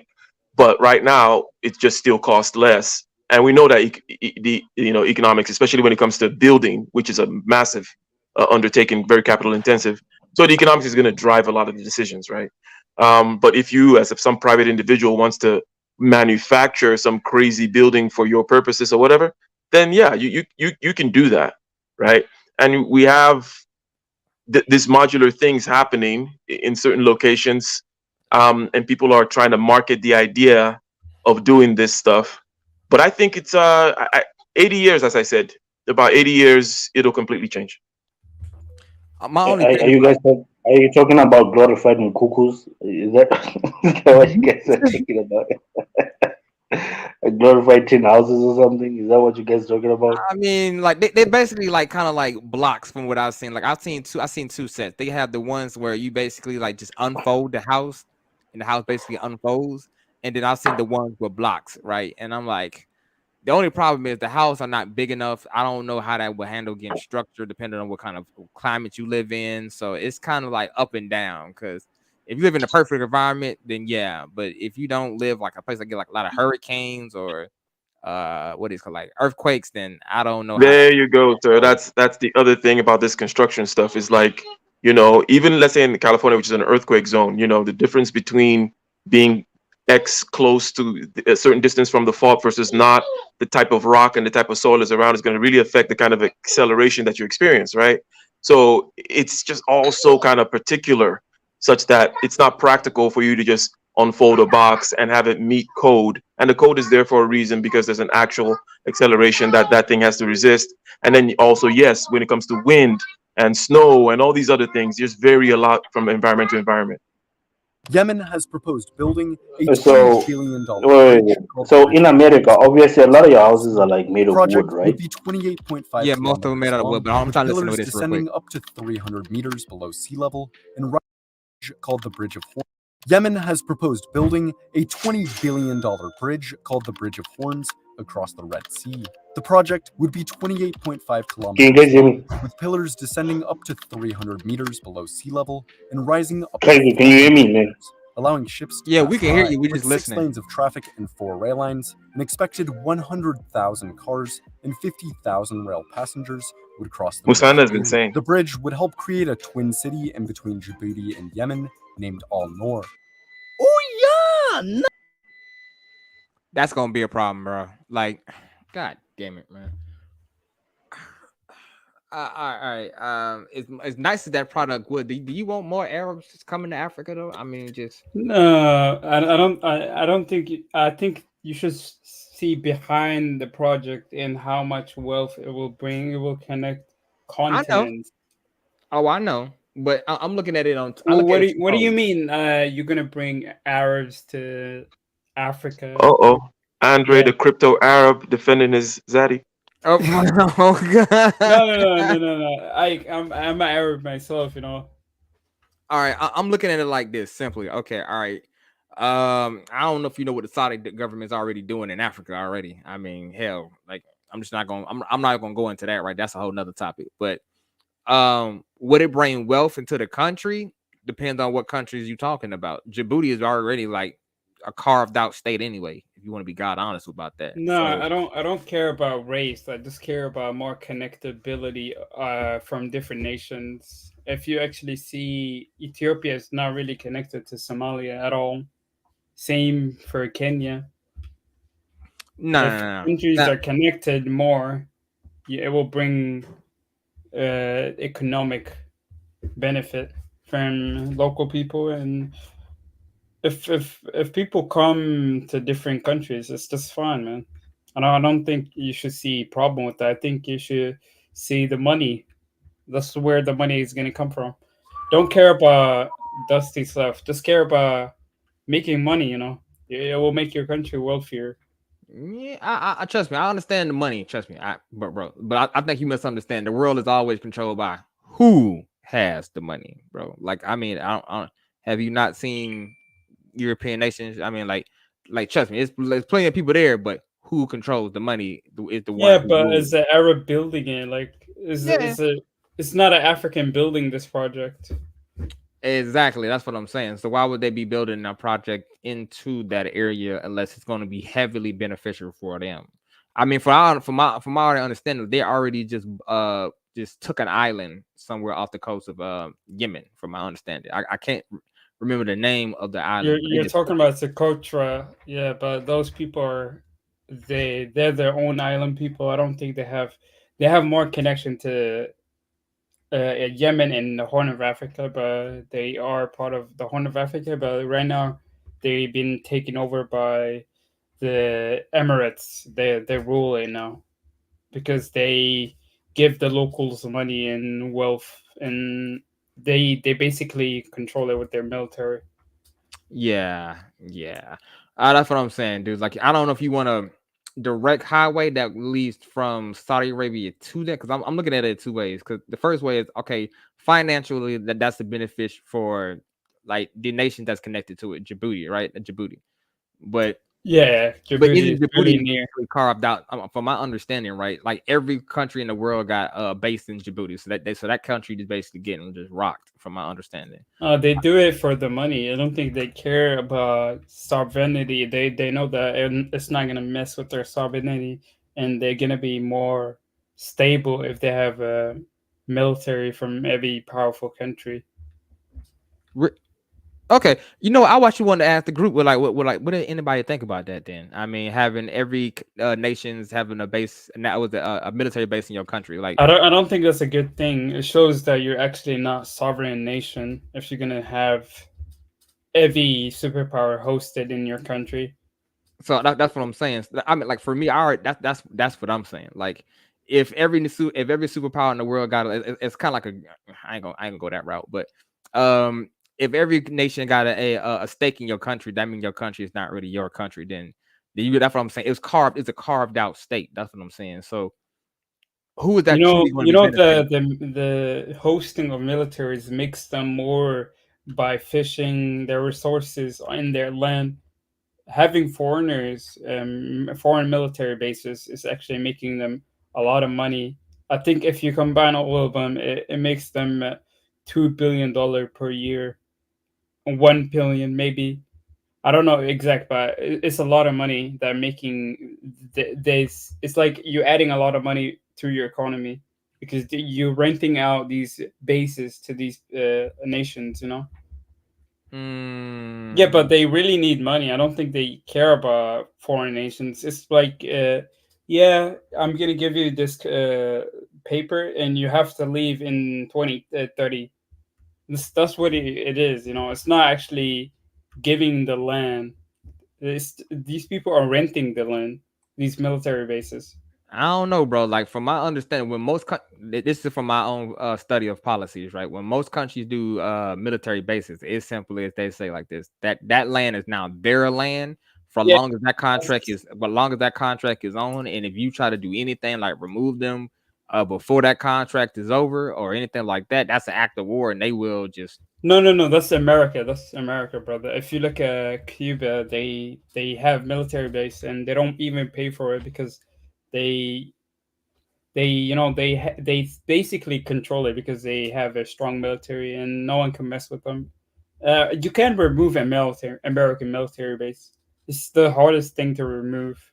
Yeah, that's what I was saying. And I mean, like, I know they got them. I think the U.S. has one in Djibouti too, though. I'm not too. I gotta look that up again, but I think they do. I think they do. Yes. They have the biggest in East Africa, the biggest base in Djibouti. Never mind. Never mind. I'm thinking of something different. Oh yeah, bro. Yeah, that country. That's not a country. That's a landing spot they just took. That's how I look at it. That's not even a country no more. If it's as so many different interests, then it gets a sort of neutrality status attached to it. True. I mean, In a sense, it's invincible because no country wants to fight another country there, or else every other country is going to dogpile. Yeah, guys, you gotta look at their interest. Their interest is like keeping pirates away from their trade routes, and they literally secure their. When the Somali pirate existed, it cost them $1 billion per day because they were active and they were just them being active there is gonna ruin their trade, and it's actually good for them to have their military because they control the whole Indian Ocean. I mean, yeah, so it's cool. I understand. Okay. So you looking out? Are you looking at it for the best of the nation or best for the people that in Africa? Because No. I have a different I'm mentality. looking at it world trade. You secure because the area is filled with radicals. Like if you look at Yemen, they will rather stop boats, and these countries will do that. And you got to secure your trade routes. Yeah, I mean trade routes are good. You do need those, but yeah, I understand that concept there. Why don't the Americans want to come and make a military base here? What's Where? wrong with us? Here in South Africa. South Africa is just stable and they have a good military, and they Yeah, can secure there. we also want the rich Americans coming here and spending No, you their don't. American dollars. No, you don't. Yeah, but South Africa doesn't. I don't think you will see a lot of boats. The Yeah, we don't coast- have any conflict yeah. here. No. But location is what is this about? The East African It's location. like it's a corridor. Yeah, I know. Yeah, it's like the world trade goes through there, But South Africa is just different, and it's a stable country, and it is powerful. It can do it. They don't Like, need the but I'm Americans. sure any other country, any other country would also like to be like a freaking center point for a bunch of other foreign countries. Yeah. They love the dictator over there because if you see a democrat like a different leader, they probably will kick those foreigners out from the country. But that dictator in Djibouti, he loves the foreigners, and the French support him. Everybody, they don't care that he's not democratic. They care about he supports them, and he has their interest, and But that's why they don't want to mess with him. But which other country would not want like a free renter, like just come and pay to defend our own borders? Isn't that that's NATO? That's NATO. Never mind. Yeah, NATO. I don't think they can do anything about Africa. Maybe North Africa. No, NATO is basically like you are asking the U.S. government to come and defend your own borders, and you don't have to pay for the military. So you're talking about the Saudi Arabia deal, basically. I mean, that's basically what it is. That's basically what NATO is. I mean, like, if you want to be honest, Didn't Djibouti just like double dip, like triple dip, like 5 times dip? They just kept dipping. They didn't care. They didn't stop. That's what Djibouti did. I ain't gonna say nothing. Because I don't want nobody from Djibouti coming out trying to find where I live at and shit. Because no, it's not Djibouti, dipping, the biggest. If your country is called Djibouti, come on. Hey, bro, I ain't gonna say it. Man. Like I said, I like coming to East Africa way too much, so I ain't trying to get caught up. They'd be like, I heard it's the most loved voice. country in Africa. Say it again. It's the most loved country in Africa. By whose standard, though? Everyone wants a piece of that. Yeah, joke somewhere in there, bro. Yeah. We know There's a what you joke mean. somewhere in there, bro. I was wanting to say something about, like I said, bro. I'm not trying to get caught up when I go back to East Africa, but I'm sure they don't mind. Come on. I knew that was coming the way it was going on Djibouti. I knew that was coming. Hey, man. Oh no, bro. I do have to ask a question. Though. Like, so what do y'all think about the coups that's going down in West Africa though? Like what's up with that? What's your opinion on that? It should stop. That's about it. It should stop. Like I don't support it. It's not a good way to move. Okay.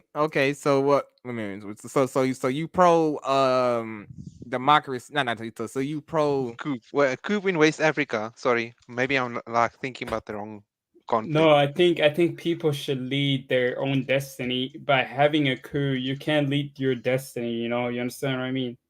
The people. It depends. If people have to control their destiny. I mean, that depends. That's what I'm trying to figure out because I just like recent coups in West and Central Africa, like recent, like there's more than one. Okay. Yeah, I'm saying that it's the one in Niger and it's the one in not Gambia, Burkina Faso, Guinea, Chad, Mali. Jeez, a freaking article. Yeah, man, they kicking the French out. That's what I'm saying. So like, so what are y'all? Okay, So you okay. so you What's so the you pro so you anti-French are policy? pro French rule then. So you are pro French No, rule I'm then. not pro French rule, but like I'm not willing to fight against the what's they called, like the foreign military.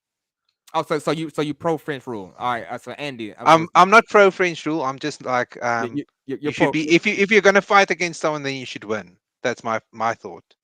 You never win it. Yeah, like a fight you never start is a fight you gonna always lose. But all right. But like there's like a difference in training. You can't deny that. Yeah, true. So, Dr. K, Ike, what do you on the West African coups? How do y'all feel about that? You pro the coup, you for the coup, you against the coup, you just don't care. A, I don't care. B, it's not going to end the way they think it'll end. And this has to do with what Catastro is saying, right? It's great emotionally, and that's why I don't care about it. I hate emotional stuff. I hate rallying and black fists in the air and all that bullshit. You have to have a plan. It has to be an actionable plan. You actually have to go somewhere with it. First step is you need to industrialize and be able to use your resources, create, value added to those resources before they leave the continent, and those are all those other kinds of things, right? Those things can't, if you can't do those things without shaking your fist in the air, you're not going to do it while shaking your fist in the air, right? So it's one of those things where it's like these African countries are dusty. They know why they're dusty. The first step to take is what one could generally say is industrialization. And there are many, many steps to get there, right? In terms of value added to your resources. But it's easy to shake your fist in the air. And then what's going to happen in the next 8 years and stuff? You're going to end up in the same place. Those are my But initial like thoughts. to if you're gonna want to chase out France out of a country, now's the best time. So Yeah, I guess that's they what I'm got that saying. right. Yeah. Right. do- France is now weak. So my question is, well, I'm looking at it as like this. I'm just looking for the tactical standpoint of West Africans, right? So If France was that great of a contributor to the African nation, then we wouldn't have be having a coup. We would like be welcoming them and stuff. yeah. So my thing is, I'm saying, so, but like as I'm looking at it, the countries on the ground, they do have the backing of like what China and Russia, if I'm correct. And what is it? I think Niger had is it North Korea? I don't know. Should I Yeah. What do you the mean article? backing? What do you mean by backing? They're just making deals with Do them. I that? don't think they're Where do they backing. When get you their say backing, weapons? like Yeah, you, they're getting weapons, and if you, now I don't know. Now, oh, from what easy, I heard, Libya. say it Libya, again. no, the gang in Libya. They're being manufactured in Libya. There's a arms manufacturing. Look, man, the whole Gaddafi thing. Gaddafi was an arms manufacturer. Nobody really talks about that. I mean, Libya. Yeah, so definitely they're getting it from there. Even Sudan, there's actually manufacturing of guns. All those guns are actually manufactured in Africa. I think they're just not publicized on the internet saying, "Ah, Yeah, we I'm manufacture not guns." reading anything about that. Yeah, because I Yeah, was you will. wondering, Of course not. Right? Yeah, it's manufactured in Africa. It's not that hard to manufacture guns if you think about it. If you oh no, no, really, no, really I think, you can think build it's my that own. hard, Yeah, yeah. If you really think about it, it's not that hard. yeah. Yeah. So that's what I was trying to figure out because I was trying to say, okay, what was the mindset of the people that was there or people that's like closer to it? Because like I'm from America, like I come here, No, no, I because roots. here's another thing you gotta think about. Like, if all these guns that are like all these arm manufacturers are like registered, don't they all have to like send like a serial number, like gun fingerprint or something? So clearly you Yeah, know where the original buy is. Yeah, yeah. So you don't have that with these guns they're using. You nah, know what nah, I nah. mean? Hey, so Exactly. So it's I'm not saying they're not involved. Maybe they give them the equipment to manufacture. I don't know. But all I'm saying is a lot of these guns are manufactured in Africa, and they're probably like they jam a lot and stuff like that. So okay, yeah. okay. So was it Dr. Kaito, Dr. K? I mean, anything else to say, or you just quiet, man? No, he's sleeping. He's God damn. I mean, what time is You it on know, the, you know, what time is it on the continent, right? I mean, like what, 11, No, 12 you know o'clock? what I think about France. You know what I think about France. I think I don't know, man. I actually disagree with what you're saying. Like, in a sense that I don't even think this country has ever had hope in general. I don't know what the future is, but I know it was ain't gonna be with any country that's owning all the reserves of your wealth in their own basement, right? Yeah, That's that's just like stupid. So, personally, I'm not saying the coups are good. But I'm also thinking like, what other options do they have? Yeah, Like, it's that's not what I'm like you're saying. ever going to be anything in general. Like till today, you have all this uranium profit that you'll be making, but you can't have stable electricity in Niger. That tells you something already. Like the plan was never to industrialize these nations; it was to extract from them. You know. Exactly. Yeah, So, go ahead. Go I ahead. agree with certain. So I like the fact that there are more degrees of freedom now. Basically, they increase the entropy, they increase the chaos, right? So there's a chance that something could happen. I'm just betting that they're gonna end up in the same spot, right? I got you. You gotta get. I'm willing to bet my chips on Africa, bro. Probably, yeah, yeah. I mean, maybe we're not even disagreeing. Like, I look. The thing is, I'm kind of like with you on this, like, because I'm looking at that situation, right? Like the actual situation. You have jihadis that we don't know where they're coming from, and they're getting the guns, and then you also have like the West. Maybe they're trying to extract your resources and they need them, and then you have like all these other factors that play in, and even the partners you're making. So Burkina Faso, I know they're working with Iran. Who's to say they're just gonna work out of freedom with not taking anything? So the situation these people are put in is like very dire and extreme. For most part, if I was a kid in any of these countries, I would say be a soldier or something, right? Like what other hope do you have? There's no building battery companies in West Africa. Look, I'll say this though, and maybe it's a little bit sad to say. East, Yeah. Central, and West Africa are extraction zones. These are not places the West has ever saw as a place of settlement. These are not places where a lot of white people find it ease to live in. So they're just gonna make it a bigger effort to ensure that it's destabilized, right? Even maybe even the Exactly. Middle East. But it just does not. I just don't see the benefit of having an industrialized place because once you start industrializing, you know what happens? You start saying, Freedom. well, I don't like selling my resources for nothing, and you can say no, I don't. You basically gives you power, That's right? Like freedom. industrialization just gives you too much, yeah, freedom, power. Just gives you the ability to say I don't want to do it, right? This is one of the main reason why I don't know if Kit you ever noticed. I think one of the biggest thing that pushed sanctions in South Africa was lately the national party working with nuclear. I think I don't think it was the whole tutu going around the country. I think it was the fact that you have this one nation that obviously with the Boer Anglo War that's now working with nuclear and may just be like, please, since we're gonna lose anyway, let's just launch these bombs to England or something. I don't know. I just feel like there's a No. big fear I notice a lot from the West with nuclear. There's a big fear I notice a lot because they Oh, know that once it goes nuclear, like even if I can get my revenge and shoot back, once it lands here, it's over. Like it's Hiroshima over. was just, you know what I mean? Yeah, it was just an example of like this thing, just one bomb can do so much damage, and then comes the radiation. You know, because Yeah. nobody builds. Here's the thing about nuclear: nobody builds the nuclear weapons to beat up their neighbors. No one's gonna build a nuclear weapon in South Africa to say I'm gonna bomb Namibia or Botswana or whatever. Nobody's gonna do that. They're nearly my neighbor. Nobody's gonna do that. Nobody builds Yeah, that's a stupid. nuclear Yeah. weapon to build a brother to not a brother, their neighbor. That's just stupid. People build nuclear to beat somebody who's far away. It's a far in the other side of the planet. You know, so I definitely think that's lately I definitely think that's yeah. I just wanted to put that out. Like yeah, definitely nuclear. I think that's the thing. It just gives you the ability to attack someone from far and do a lot of damage with just one bomb. Yeah. Okay, so I do have the question though, right? So I've heard that Uganda. I mean, I've heard, but I haven't seen it when I was there. They said they're going to go nuclear and also soon. Like that's how they about to build a nuclear plant. What do you Yeah, think yeah, they're but going to do? remember, okay, so here's the unique thing. Remember, nuclear is very different. So the basically a nuclear bomb, I think, is like 95% pure within its Yeah, they mentioned uranium. in the Like comments. 20 No. Yeah, yeah. Y'all let me finish. Y'all let me finish.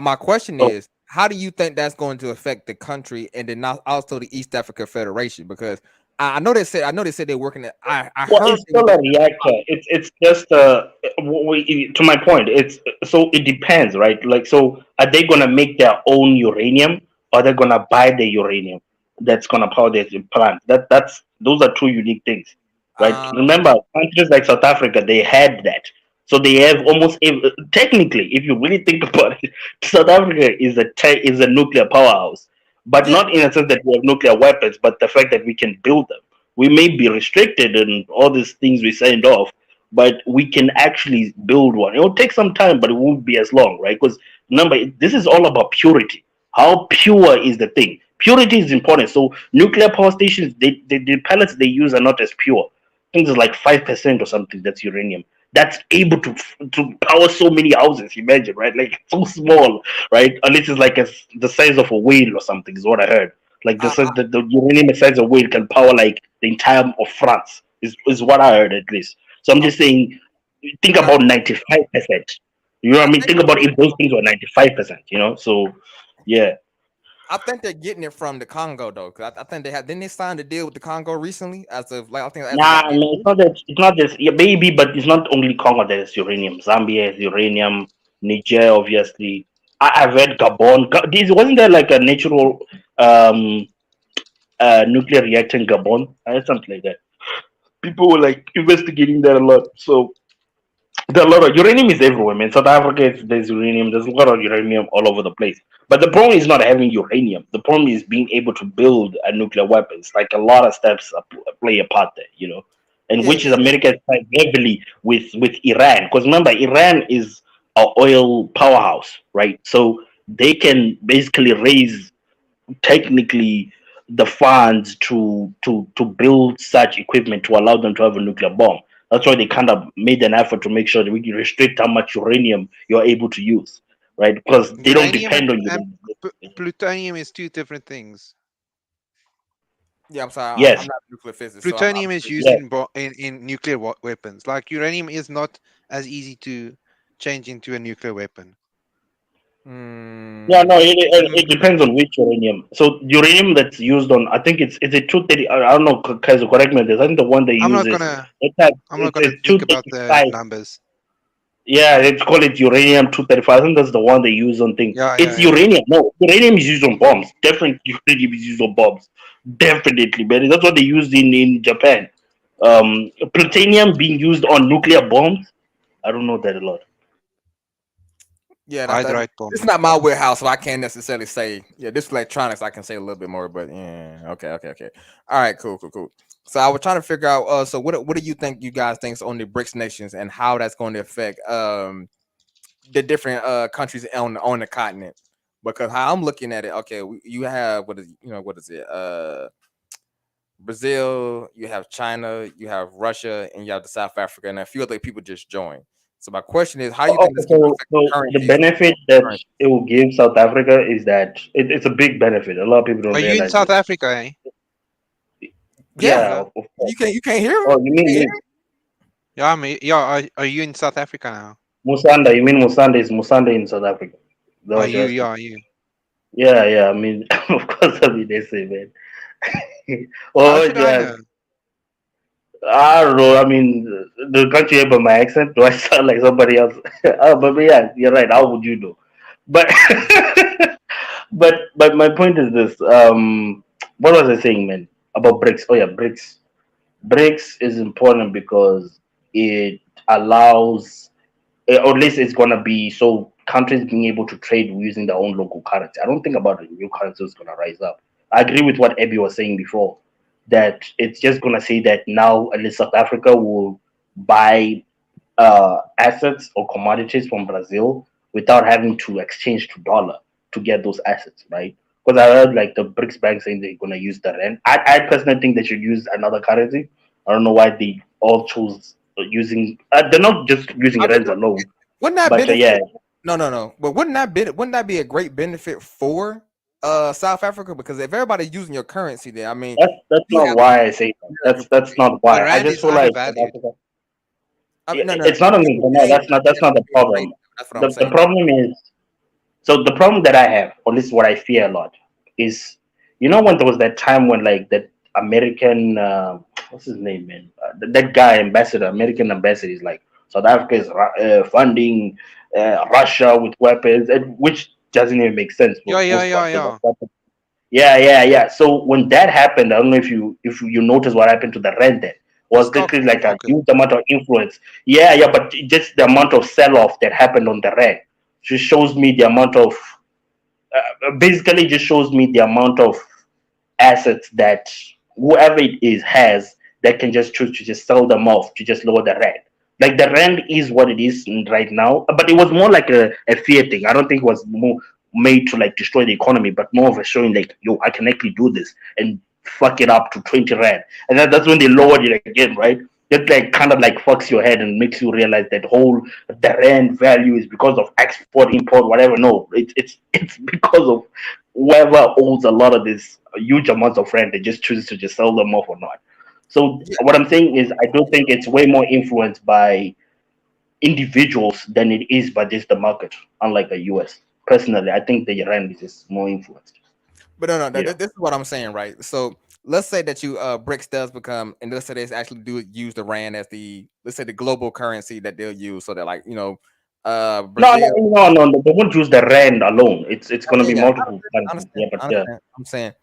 I'm saying like, but what will be their group currency though? Because they got to have like at least a okay. single So what I presume why they Can use I the rand is interject because here, South Butanda, real Africa. quick? Yes, No, I please. just want to finish by this. I just want to finish by this. The rand. So here's the unique thing about South Africa: is that South Africa is a unique country in the sense that it can technically, although it's not on mass, can produce a lot of things that the world needs. Like there's a reason why there are car manufacturing companies in South Africa that are literally made here then export to another country. It literally does have multiple sectors, right? Even though some of them are international companies that can come and build something and help you build something. So I would understand why they would use the red, because it's not about just having a currency, but having a currency that can buy you things you need. So I can understand from their logic why they would think the red, right? Or yuan. This is why like Russia is willing to sell oil for yuan, because yuan can buy assets they need for building bombs and whatnot. Unlike your rupees, who I don't think can help them as much in terms of war. So I just wanted to mention that yes, it may be at least 29 to the dollar right now, but I wouldn't say it's like a it's useless per se, right? It plays a pretty pivotal role because the amount of leverage that I would say the ANC has shown me, it does show me a level of a comeback. Like the fact that even though Ramaphosa attended the not just the BRICS nation but the Russia Africa summit himself, while a lot of African governments send their representative, right? So there is a lot of, I guess, some level of leverage the SA government does have, but does have limits. I'll give you that. So it's kind of two things there. So yeah. Yeah, so I want to. So I agree with Musanda that there's not going to be the replacing of the dollar that happens, but that's not necessary. That's not necessary at all for to be optimistic about the BRICS, because the dollar right now is making trade difficult, and this will loosen up trade. To Musanda's first point, right now, if I want to keep it with this Musanda's examples of South Africa and Brazil, South Africa would need to go get dollars. And the need to get dollars, right, creates all kinds of crazy, unnatural situations within the local economy. Shenanigans. So you now, it's shenanigans. The fact that you want to create cash, you're growing cash crops so that you can raise foreign exchange rather than create things that are consumed by your population. Right? Oh, yeah. You're not going to grow corn. You're going to grow rubber because you need to sell the rubber so that you have dollars. Because if you don't have dollars, you can't get anything. Those types of things, right? So the trade question tied to the currency question, right, is what's going to get loosened up. Don't have to get all the way to replacing the dollar, which I don't think will happen anytime soon. But it doesn't need to happen because right now the dollar is blocking. What? You don't think the world is going to just drop the dollar within like the next 5 years? Because dude, you're so. You see, American isn't like the people in the country aren't as positive about the It's country not about than people outside. No. I'm having fun. Like, come on, let me. Yeah. I got you. Yeah, I like it. So, but here's the thing: why it's not going to happen? It's kind of like it's not about what people want. It's like, hey, here's this massive ocean called the dollar, the deepest liquidity, the deepest use and most stable, blah blah blah. And okay, cool, we're going to start creating these other streams over here. And for the streams to replace the dollar, no matter how much you want it, it's not just going to happen, especially when you're talking about something like where economic incentives are concerned, right? So there's also no matter what the dollar spending money also takes time. spending money also like Ex- you can't just spend money Exactly. and then everything moves instantly from one place to another. Yeah, It yeah, takes yeah. Hence time. that whole ocean and deep liquidity thing. To drain that ocean is going to take a long time. But the point is, No, bro, you don't have to. I'm trying to Yeah, help you because with it, man. look, trade is already happening without using the dollar. Like the Russia-Ukraine war is literally being funded without dollar interference. Like think Yeah, about this, Mr. Zulu. exactly. America is getting yuan, right?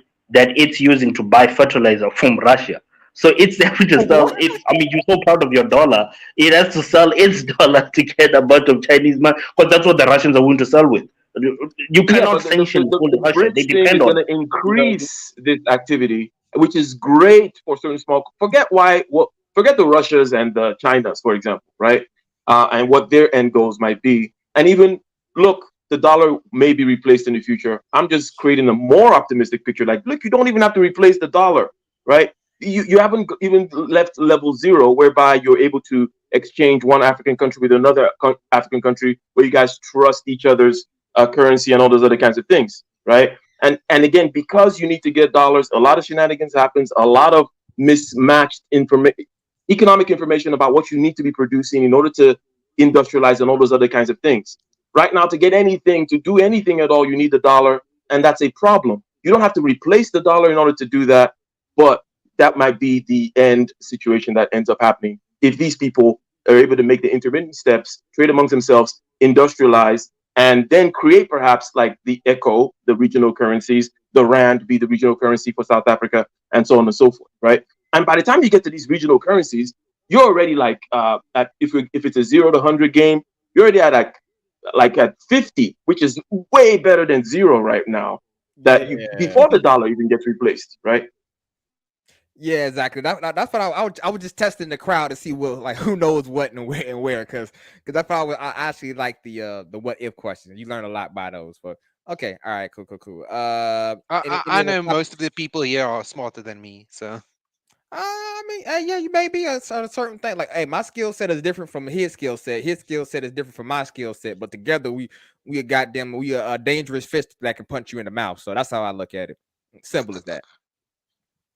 okay. So yeah, the dollar. Well, yeah. Oh, so I was just gonna say, remember, Zulia, the dollar does not mean de-dollarization. Does not mean the dollar is gonna go down to zero. It just means the dollar is gonna play less of a role outside of America. So the dollar is gonna be used in the U.S., just gonna play a lesser role outside of America. That's literally what it is. So when I think of a lot of Americans, when they hear this, they keep hearing, "Oh, America's gonna go down. The dollar won't have no value or something." No, of course not. Oh But no. No, trust me. Bro, I'm already trying to pack my bags here and move my stuff anyways, because I already know how gangster this thing about to get real gangster over here. America about to get real ghetto. See, like I'm just thinking Yeah, America I won't be don't know able to about spend that, as much but money as it's doing Man, now. dude, I promise you, bro. okay, so America, remember, look at the trade intensity of America. America always has a deficit on its imports, like on its trade balances. It's always negative, right? So it's always importing more than it exports. Almost every year. Look at. And I get why, because obviously the reserve currency, those things like that don't Because worry. you have China on the other side. It's like a Yeah, balancing thing. yeah. Like you're the dollar. You really know you can just print it out the next year. So here's the unique trick America uses, because it did this during Corona. It says, listen, we're gonna print this money, but some of this money we're printing, we're gonna give to you struggling economies. That way they can also boost confidence. Because remember, currency strength is not oil or whatever; it's confidence. That's the only thing. BRICS is just Yeah. saying that with the nations that we're all working with, we're at least gonna trust each other because we're part of this coalition and we're now dependent on each other. We're developing nations. So now basically Brazil will say, I'm willing to take this rands to give you this, obviously because these are nations that I'll one day use this rands to buy something from South Africa. This is why it's very strategic with the countries they work with, right? There's no point in holding a bunch of Kenyan shillings for access. I'm just saying that some currencies are way more important than others. Is my point, right? It's not a diss; it's just a fact, right? The same thing. I think that's what affected, DRC and the thing was this Nigeria. I wasn't that they hate them or they're pro West or whatever. It's like, what am I gonna use the naira for? You know, you know. You some suya, bro. No, I mean I'm not dissing them. I'm just saying, what would you use it for? It's not even a diss. It's like, what would they use that currency for? Or less eco. I don't know if you have that ECOWAS currency or something. You know, that's why I think West Africa, let's have a centralized our currency or something to make it easier. Because the question is, you have a currency that's always deflating. It always moves up and down all day. Most Nigerians just want to trade it for dollar. Bro, that's the whole point. They're using a dollar over there, yeah. bro. They're currently using a dollar over there. So I was like, this gonna be real interesting in the next couple years. So what's gonna go down? So the deepest pool is the most stable one. You know, you have all these shallow pools here, you know, with other currencies, and they're going to be splashing all over the place with any little bit of action, and they're also open to manipulation and whatnot. But the another point about some of the, shall we say, medium term effects of BRICS in a good way is it's going to, well, maybe not so great for America, but America decided to weaponize the dollar. It was not an inevitable decision, but they decided to do that. Like, it's not like it had to be.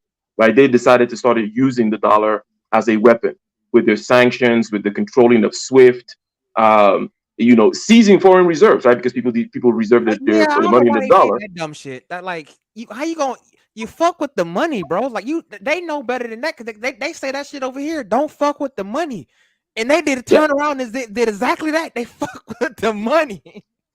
Yeah, and the truth is, they know that that ocean there is going to take a long time. Like, hey, Biden will be dead. You and I will probably be dead too before the ocean stops being able to be used as a weapon, right? I was going to give it 20 years. I was going to say 15 years tops, man. I would think. Okay, well, even if it's 15 years, people think short term all the time, right?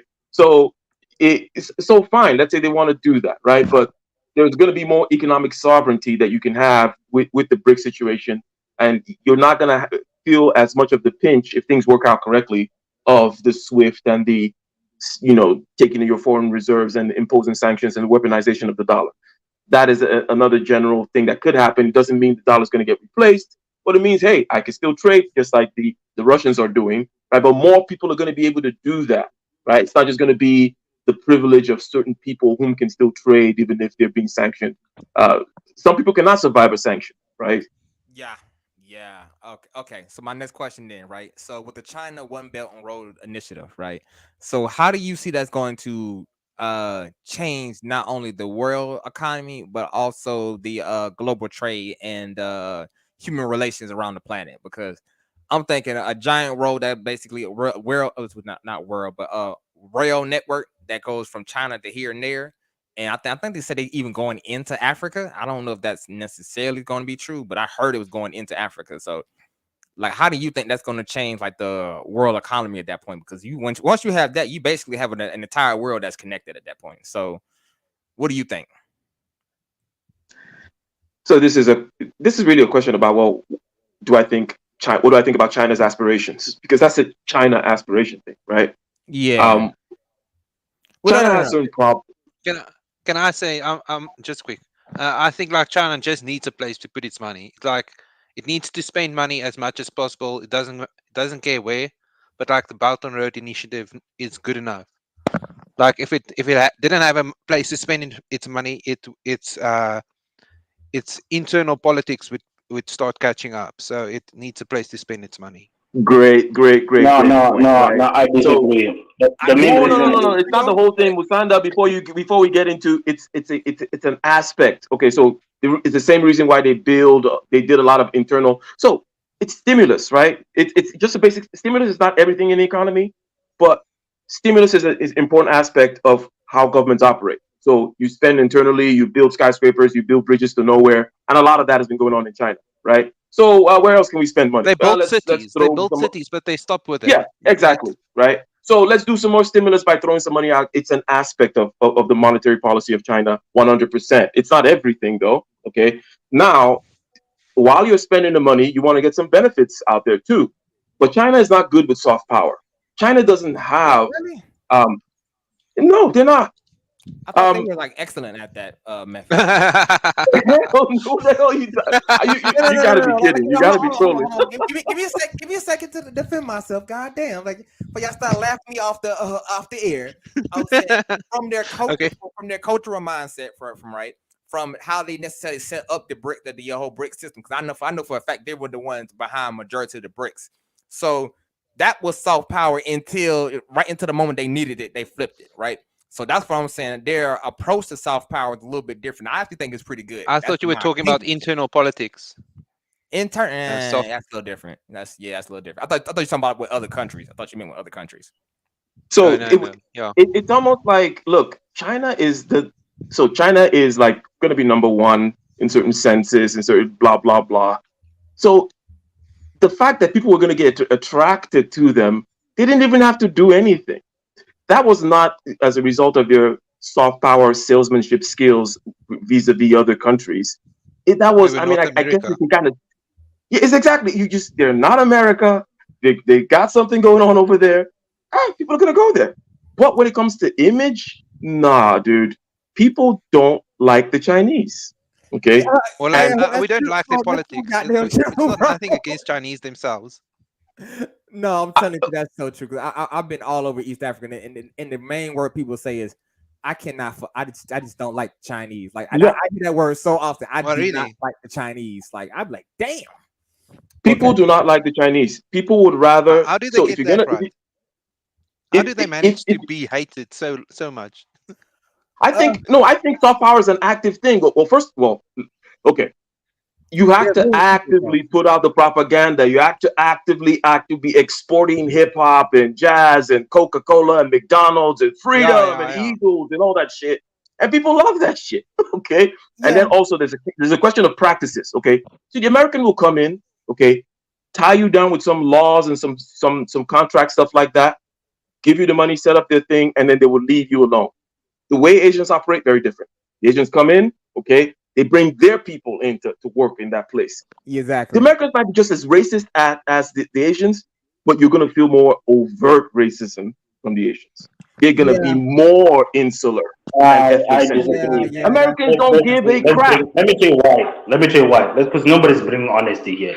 The truth is, the American so-called gives you IMF loans and it tells you you cannot have mining companies that are doing this that are state-owned. So all the mining companies have to be either Anglo-American, BP, Rockefeller, whatever it is that's American-owned, that's going to be mining from those companies, from those nations, and then you're going to pay a specific tax amount. This is why you don't see a lot of state-owned mining companies around Africa. It's always going to be a specific, and when that's a specific, I mean even within an element. So it won't be mining in the DRC, it will just be mining copper.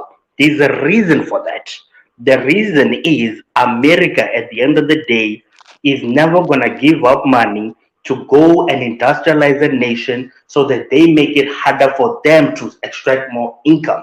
Maybe I'll say the same thing. Basically, they're both the same. But here's the big difference with the Asians is that, fine, they may give their people, but you didn't hire them to give employment. You hired them to have a base or an infrastructure foundation to be able to sell your assets. So let's just say I'm Uganda, for example, and I'm trying to sell oil.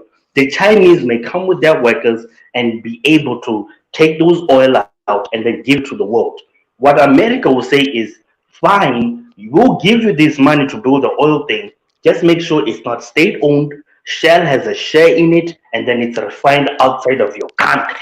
That is the difference. They have sub-laws within their country. That's why Nigeria today, no offense, but this is why Nigeria today is still refining outside the thing. Insofar as we're talking about soft power, right? So I shorthanded it by saying they come in with money and tie you up with contracts. You elaborated how they tie you up, right?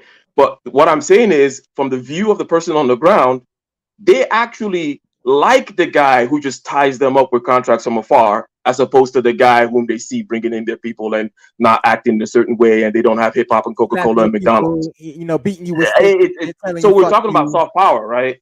I can say that because think about like when you think of China, what do you think about? Like seriously, when you think of China, what do you think about other than fried rice? I'm not being funny. Me. Infrastructure development. Very fast, rapid infrastructure development. Okay, And so that's even okay. Here's the thing: the Yeah, West is using that China doesn't make too. anyone's heart. That doesn't tingle anybody's heartstrings. Okay. So I want to go down the line. So when you hear China, what the first thing that comes to your mind? Let's be honest. Zanzian. When I hear China, so It's the if I want to be entertainment, Chinese 100%, entertainment. yeah, it's quite frank. I want to answer the question as honestly as possible, meaning literally what just strikes me when I hear China. I see red, and then I think kind of like a very closed off situation. I just red, closed off. That's what the first impression that comes to my mind. Okay. Come on, that's just crap, man. Lately, Beijing is really the manufacturing hub of the planet. Are we really gonna Jesus come Christ! here? The guy asked me what was the first thing that struck my mind, and then you're gonna start telling me, Musana is insane, man. You missing the question, bro. Hey, bro, like Beijing, guys, go to Beijing. You see But with your Beijing own isn't eyes. really China. Missing the question, bro. Oh my god, man! I'm tired of talking. You being technical, this is not a technical question. I'm like, Jesus Christ. We're talking about just soft power. We're talking about influence. We're talking about, hey, are you gonna? I mean, come on! I thought it was obvious what we were talking about. Yeah, exactly. Like he went straight. You got to use that context, bro. Context is key. All right. So next guy, with the emblem, with the red emblem. I can't see your name. Kitastro. Kitastro. Okay. So when you hear China, what's the first thing that comes to your mind immediately? I said entertainment. You don't even know what I follow Chinese entertainment. Oh, so you're a special case though in that sense though, right? Yeah, well, I guess mean, there's about 1 million or 2 million people. Okay. That's the same special case. All right, and it's pretty popular. Okay. So you think entertainment? All right, Mabasa, what do you think? China, the land of economy, industry. Like you sound Japanese, bro. I can't even. It's just my poor mic. Come on. All right, Mubasa, what do you think? Immediately somebody tells you China, what do you think, man? I think manufacturing, to be honest. I would say I think dictatorship, obviously, authoritarian, and also things being built at a rapid speed at a cost-effective price. That's Like really what I think. That's what it is. Yeah, like but that's what they are, right? Like Somebody I don't know why. Wuhan virus. Somebody in the chat said Wuhan virus. Wuhan virus. Nah, man, but most propaganda. But like you know what's weird about that virus, COVID-19, is like sorry, cousin-19, is that like why are there so many more cases in the US? That I mean, don't tell me they don't display their thing, but I genuinely think because the CDC is the there's one. more idiots there's more idiots and less authoritarian governments in America. Exactly, bro. Like yeah. Right. I'm not gonna lie to you, bro. Like literally, we had people walking around without no face, like during the height of it. Spitting each other's face. Yeah, they licking each other's face. They kissing kids in the mouth. I'm like this, like bro. You gotta understand, Americans are stupid as fuck. Like they are very very baby like in some senses. Like let's be honest. So that's what I gotta ask. So new guy, I have a question that just came in. Can't see. Yeah. I want to ask anime character number 2. Yeah. So when China, when you hear China, what do you think? What first comes to your mind? China, the land of freedom. All right, stop playing. A lot of nationalism. Not a nationalism? Okay. Nationalism, like we want to take over the world. And everybody though? No. Only China. China embraces that in the government. That's what he thinks, right? And if it's going to change, it's going to be the responsibility of the Chinese to change that in his mind, right? Again, we're talking about soft power. We're talking about that image, right? Yeah, even in policy, it's like actually their policy, like all like their talking points. That's the other okay. thing. So I have a lot of negative views about China because I live in Europe. Europeans have a lot of. I don't think America. Wait, Andre, I just want to say this quick. I don't think America really has a good image And obviously they do own majority of the media. I just don't think lately It's after better than Russia, better than China. No, no, no, no, but I don't know. I don't know what you I'm mean, but saying America I has the don't best think they image. have a better, meaning I don't think that there's, well, I'm the good guy type of thing. No, Image but is what I'm America saying. I'm not rules the saying world. the others are good. I'm not saying Russian China is good. I just don't see What did Andre want to say? mainly because of Libya. Libya, I think, is an example The of like son that the image US really does have on a military threat. I think when I think America, I'll be honest with you, I do think military power, this military power that they actually do have, you know. I don't see both I of them. think America rules the world. America, it doesn't matter what a third world country have to say or view about America. Maybe this is why third world countries are picking China over America. But I think you gotta understand, America is very powerful and it has the best. People view Americans better than the Chinese and any other nations. The It's just a American fact. You can culture, ask the common man in American the street culture of is the Accra most today, dominant in the thing in street the of world. Lagos. True. You can ask in any street in West Africa. You'll get 75% saying, "Hey, I prefer the American guy over the Chinese guy." Same guy, same. Okay, do you want an American boss or Chinese boss? They would tell you American boss. Yeah, I mean for real, cause like God honestly, if I was your boss, bro, I'm gonna take you out to fried chicken every Friday, bro. Wait, Ike, chill let me on ask you a Saturday, question. bro. So Ike, what do you think about international liberalism when it comes to America? How they think that the world should think like them? What's your views on international liberalism? Like, do you think it's a good thing? I Liberalism. think What's that America liberalism? has overplayed. Oh yeah, where yeah. First of all, you say neoliberalism? No, No. international. International liberalism, like everywhere. Yeah, Like okay, all yeah. What views. America tends to promote in terms of let's show up to Kenya and Uganda and tell them that they need to accept LGBTQ, yeah, whatever, all that gay shit. Yeah, I hate all, that. all Yeah, that stuff. yeah. I think that they were way overplaying their hand. That they don't seem to understand in that regard.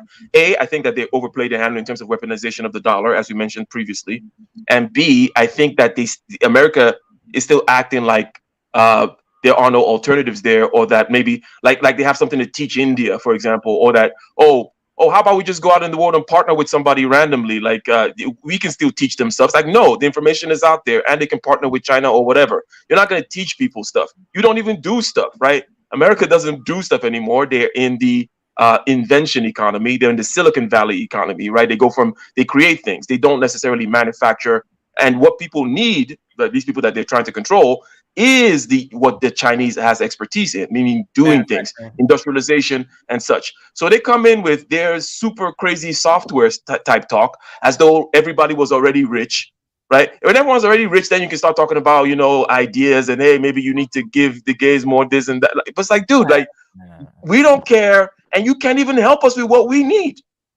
That's true. All right, so I'm gonna answer a few questions. All right, when I hear the word China, like the first thing that comes to my mind is just okay. When it comes to soft power, I don't really think of anything other than maybe like long distance tactics. That's when I hear China, I think of some guy sitting on a board playing Go, like he's planning his next 2,000 or the next 100 years out, and he's just waiting for you to fuck up. That's how That's soft power. right. That's When not I hear soft power China, for me. that's where I think of. I'm thinking you playing like a long, hard game of Go with somebody whose whole life is just dedicated to just that one conference goal. So like I don't really. There's nothing fun about it. There's nothing amazing about it. Like when you think of Yes. Chinese music, what do you think? What You, music? you remember that Boondocks joke? The guy was like, I envy you Americans. In China, you lose $1 billion, you go to jail. But in America, you get another billion. Shit. Like I never understood the joke until like maybe I grow up. Like, oh shit, like there are people that felt this they go bankrupt and they get another billion after losing $1 billion. Like that's Yeah. USA. Power of printing, That's fucking funny. Money Bro. machine So, go like, brr. all right, so Yeah, they go brr. In China, they cut your head off. Like, you lost $1 billion, die. exactly, bro. Like, I don't know, because I'm not gonna lie to you, right? In the United States, we had like a huge and I mean a huge influx of Chinese just like rushed the border, bro. Like when I mean, like I'm not trying to sound like funny, but like I was just Yeah, like, they're trying to why steal they their coming IP, their here? agents. No, they're agents. Where else are they going to get the innovation? Look, the truth is, the Chinese inventions, most of them are through IP transparency, not theft transparency, because there's no such thing as theft of knowledge. Knowledge is for everyone. So they're not going there because they're desperate. They're going there as agents. Didn't you hear about those two soldiers in the US who were like sending information to China? Come on, bro. Like, you don't say it like it is. That's not desperation. They're still loyal to their home country. They Yeah, and the same thing. I'm like, Or And here's my not question even to you. if they are loyal, they Why have families in why the home country. why is that company the one that makes coffee? What's it called? The one with the lady green. It's all green and stuff. What's it called? The one you see it on Starbucks. theaters a Starbucks, lot. Starbucks. Starbucks, yeah. Why is Starbucks? Do you know the Starbucks makes so much money? There's so many American companies that are really based in the US, and the highest market is from China. Even the iPhone makes a lot of money when it's based in China. So you gotta think about this, that you're actually more complaining about individuals or civilians moving to the US. What are American companies doing directly in China? Because that's why, and when people say, when people talk about decoupling, America is not going to decouple from China. Fuck, they literally were built by China, right? With the cheap products that actually help them control a lot of the inflation. America is also, in a way, stable as it is because of the amount of cheap products they can just buy from China to help industrialize most of their, infrastructure in America. Right? I'm not saying they don't manufacture anything at all. I'm not saying that. I'm not saying that, Mr. Before you come in. I'm just saying China, there's a reason why you always have a negative trade balance between China and America till this Yeah, day. You it's guys the are left so hand and the right anti-China. hand. One has a surplus, one has a deficit, and that's how they both kind of run it. But let me just add something to the whole idea of decoupling. Things breathe, right? Waves go up and waves go down. Okay. Right now, we're in a low point with regards to US China relations, but it's just a breathing thing. It's not because anything crazy is going to happen. What China is doing right now is they're reining in the Jack Ma's of the world, right? So, and that's also a breathing process too. So you open up the liberalism with the Deng Xiaoping and all that kind of stuff. Hey, become capitalist, become rich. Okay, that creates innovation within. It's great for the economy, right? Of the nation, but they have so much control that they can actually dial that back and dial it down when they need to, for several reasons would cause them to need to. And then they disappear Jack Ma for a few weeks. They break up his company, blah blah blah. So that's they're doing an exhale right now, and that And coincides America with the kind of doesn't. a lull. Hey, Go wait, ahead. The but exhale America is like doesn't. their casual exhale is basically America someone just banned losing Google all their from virtual Huawei. wealth. So come on. That's what I'm saying. America does the same thing, IQ. Let's not do I'm that. not. I America say things owns all breathe. the That's US. everything, Musanda. Why don't you expand your intuition when somebody says like Well, everything he does be the up too and the literal. down, Like right? I'll be like rock. He be like, yes, a rock. I'm like, bro, you gotta It's like think about no, like Musanda's like no. This you said this. Okay, no, but I'm trolling you, Musanda. Yeah, you're my favorite street vendor. But the point is, the point is, street vendor. it's an inside joke between me and Musanda. But Oh man. look, that kind of breathing happens in the United States as well when it comes to now it's morning in America, let's open things up and then let's close things back. It happens with regards to the tax code, with regards to quote unquote international, in other words, globalization versus now let's focus internally. Let's talk about Brexit. Let's talk about coming inside and America first, right? These types of breathing cycles happen, right? And China is doing the thing right now where it's like reining in those MFers, okay, that got billions of dollars and want to start talking so that they can. It's just a phase they're in, and that phase obviously will coincide with the kind of like a low point with regards to American relations. But then then they're gonna breathe in again and continue to dance until something else happens. Okay, I got another question then. Another quick question. You with the motorcycle, don't say nothing. Got them before I finish because I know you about to say something. Yeah, Okay. he got ADHD. all right, real quick. So if we go into World War III, right?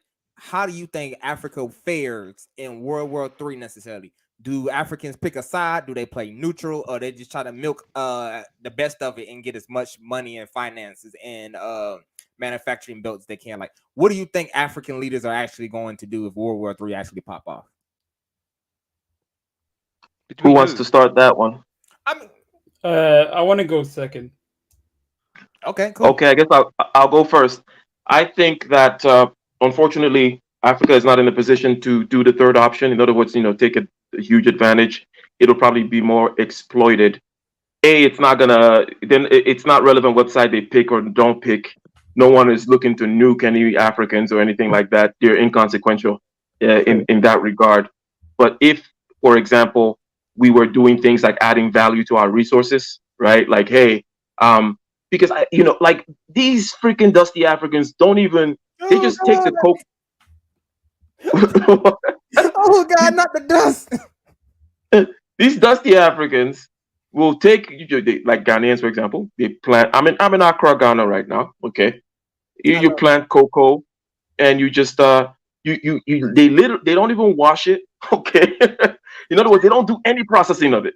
It's not like, oh, it's not like not washing is a horrible thing. It just means that you're not processing anything in any way. Now you have maybe like 6 steps to going from cocoa to chocolate. Okay, they won't even do step 1. It's just off the tree in a bag, boom, straight to Switzerland, and then let them do everything. EK, Point being, like, are you going to are you in charge of a cocoa farm? That's like, I'm thinking that's going to be a very lucrative market. I'm doing pump. Well, Business is I hard. got things going on as you hear from time to time, and that's the reason I'm here, right?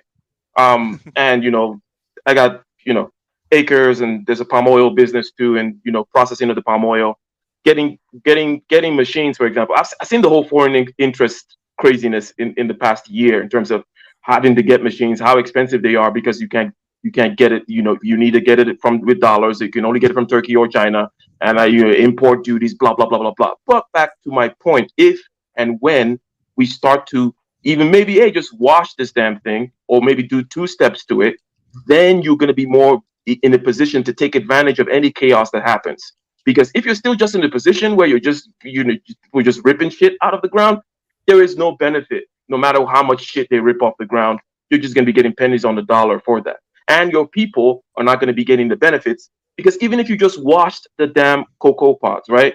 That's jobs for people, right? Yeah, yeah. Hey man, Yo, that's my if Africa, if World War III happened, as an African leader, I will be manufacturing the weapons to the 2 different sides that they can kill each other. I don't care, but I would not get involved in the war. I will manufacture the weapons, and actually I will benefit from that, because economically, if I'm forced to manufacture and to sell these weapons, I will actually make a profit, because they will get poorer because they're involved in a poor war, and I will come up as the winner of the war because I wasn't involved with it. Like, I'm gonna do that how America did, But Like, you got you the just one have to thing, go. During a the gold one rush, thing you missing sell though. shovels. Hold on. Give me a second. The one thing that you're missing that America had that the other countries did not have was a huge. That was like the 1950s, Industrial 1960s, complex. bro. They had a huge manufacturing base then at that point in time. Yeah, Africa but has literally zero at this point. no, brother, it's easy. It's easy. During World War III, people, the upper sides will actually fund you to make weapons. How you saw the Britain fund America to make weapons for the war, and America did that. You just do the work that other countries can't do it because there ain't no war. Just I mean, take somebody, the this is something that I didn't know about. Because this from my understanding. I may be wrong, right? Mhm. Hold on. You're not washing your freaking dusty cocoa right now. All of a sudden, you're just gonna start doing all kinds of things. Like, Jesus. yeah, because I'm telling you, like, I'm telling you for what I know for a fact, right? The Yeah. U.S. already was selling weapons to both sides anyway before that war, before the war even like started popping off. They was already selling weapons, and they already had their manufacturing base there before that. So, like, once the bullets start flying and the buildings start getting blown up, trying to send your money then it ain't gonna work, ain't gonna be worth shit, because your money ain't gonna be worth nothing because you can't manufacture something. I don't think you should pick a side though. That's the problem. If you pick a side, it will be harder for you to come out, because if you pick a side, you're an enemy of the other side. Yeah, we know that. I'm just picking your brain. You got America. We know that. America doesn't know that. No. America picked this up because America is strong, but Africa is really America poor. picked a side and still sold weapons to both sides. Exactly. They sure did too, bro. That's true. That's true. That's true. They sure did it, and they looked you straight in your face like, "Bitch, what you gonna do about it?" Yeah. Like Bully. during war, you can make economies actually boom. If you actually look at history, when wars happen, economies actually boom insanely. Just cost blood, just cost dead bodies. It's Yeah, a lot of dead nothing. people, bro. A lot of dead people. Yeah, it's worth it for the economy. That's what. And We have a new panelist, by the way. I don't know if that's one of the moderators or something. Funny. Yeah, if you want to say something, brother, you can go ahead. What are you talking about, me? Yeah, Yep, you can say. The other Oh mystery. no, I'm just listening in the background now. I'll chip in if I have anything to say. Okay, all right. Wait, are you the guy, the Ghanaian half Jamaican guy? Is that you? No, black guy speaks Chinese. I haven't been here for a while though. Oh, you're in Taiwan, right? Are you the guy No, in but Taiwan? I came back though. It's too dangerous. No, I don't remember you there. Okay, Astro. Why are you laughing, kid? It is dangerous, right? All right, so Astro, I'm posing a question to you. World War III pops off. Bam. What should be the African leader plan? Right. What should be the policy that you should try to implement to quote unquote benefit? This is a off of this question situation? like two-part question. Which countries would be fighting, and which and what would we do? Okay, let's say America and Russia. Let's say that much. Okay, where's the front lines? Obviously on Russia. I mean, of course, you it's want gonna be on Russia. you Americans are so freaking high up that you don't think they will fight on your soil. Oh no! Oh no! Oh, trust me. First of all, y'all used to that that, shit like America. that is Like, improbable, man. That can never happen. That can never happen, man. I mean, I feel like maybe Russia, maybe US and China, man. Russia and China. Stand your ground, Russia, America. Tell them it ain't happening. It could never happen, bro. Like, do you understand? Do you understand, Zulu? That these two countries, if they ever go to war, there's no planet left, bro. There's no planet left. You're right. Yeah. Okay, So let's say America and freaking what's another country? China. Ukraine. What? That's not a fight. Ukraine turned around and stabbed America in the back. That's not a fight, bro. That's not a fight. No, that's not a fight. That's not. You can't fight America. Yeah, you guys that's fight not a China. No, which country then? Like, how can China, but with Taiwan. Okay, China let's tried say to take World War II Taiwan. was not a freaking war, a full-out war. Let's say it was like a bunch of skirmishes, like in the freaking Cold War. Like, it's a bunch of skirmishes all around, and China, Russia against America, in bunch of countries. Which countries are there? Like, is it like in Europe or like in Africa? It don't. No. It don't matter because your job as an African leader is to figure out what you need to do to put your country in the best positions. So my question is, if you're African leaders, right? Let's say you can choose any country that you got or a country that you come from, whatever. This comes with you use your noggin. Okay, here's a possible thing. Imagine like the Belt and Road Initiative extended into Africa, and they started fighting around that area, like all the countries affected by that. Ooh, that's gonna be nasty, bro. Yeah, but that's possible. Yeah, that is something very like that. possible. I'm but just that is imagining nasty, that's though. possible. I don't think that's Anyway. gonna last though. But go ahead. Go ahead though. Somebody. Well, no, I was gonna say America would never ever done a go with Russia. They're not even deploying soldiers in Ukraine, man. Like clearly both sides know their restrictions. They're scared to really pull the trigger, right? America doesn't want to trigger a war. Yeah. I'm telling you, if Russia sends nukes to US and US and Russia are fighting, NATO will not be involved. I can bet my life. They just would not. They would just America could. If they do get involved, they don't. Assassinate Putin. I think that's technically possible for America. No. It's possible.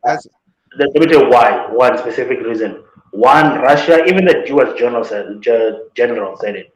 Russia has one of the most advanced ballistic bombs with Wagner that targets. Wait. Russia has one of the most advanced ballistic bombs that actually targets nuclear. I think they said they saw a trial about it where basically they have rockets that can go towards nuclear bombs that US is sending. Right? Obviously, they would basically making them detonate while still in air. So they have a lot of bombs to actually fight back on the bombs coming in.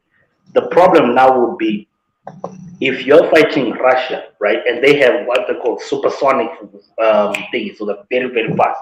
I'm not saying the US can detect them, but maybe can detect them in time. They can't. When you have those rockets being sent directly to places like DC, Pentagon, all these viral places, fine, you can shoot it down, but you'll still be doing enough damage, even within the AMP and the radiation within that area. Like the biggest problem people don't understand about even nuclear, it's not even just a bomb, Yeah, but it's the the radiation nuclear left fallout. out. Yeah, it's like the radiation that comes after that. Like that's the fucking problem with nuclear. It's not just its damage; it's the radiation that comes after that. So this idea of these two countries going to act war, it will not only not stop because like they all have like above 50,000 fucking warheads ready to send each other, but also the fact that these are superpowers. And this superpowers dies, a lot of the world's trade ends, a lot of things like fine, we may have China, but China is next door to Russia, and the radiation is just gonna flow towards them. The same thing with the US and Canada, and it's just I just see us going back mostly to the Stone Age. So I you just say it's don't not see any possible hope. because it would lead to self-destruction. No. But you gotta remember. Hold on. Yeah. Remember. I can't see your name. Musanda. Musanda. Masanda. You don't give a fuck, bro. Because remember, you're in Africa, bro. Like you're an African president. This ain't gonna affect you. Well, this ain't gonna Well, affect you not gonna affect directly. you much. China is our biggest export. We don't import a lot from Africa, man. We import a Is lot violence more your from biggest export? Ah, damn. China is our biggest thingy, importer. Is who we import the most from China, and they're really next door to Russia. And then the other second ones will be some countries, Europe. The USA does play a part there too. The truth is, man, most of Africa. Listen, Africa may at least contribute in terms of food, then there maybe water supply, but crucial industrialized assets or assets that you use for industrialization, they don't really come from Africa. That's what I'm saying. Like, it's you have all this equipment in SA. You have like this won't even work. Like our StreamYard will not even work because America's dead. The satellites might even fall because there's no coordination anymore and just things to control them What nicely. about like Like, do you understand? You know what I mean? The amount of implications you have on just having that, right? The submarines, or let's say they got targeted also by the Russians. They'll pollute the water now. You know what I mean? Like it's just so many things that really go into that. They just I don't see any hope because you can't even stop them.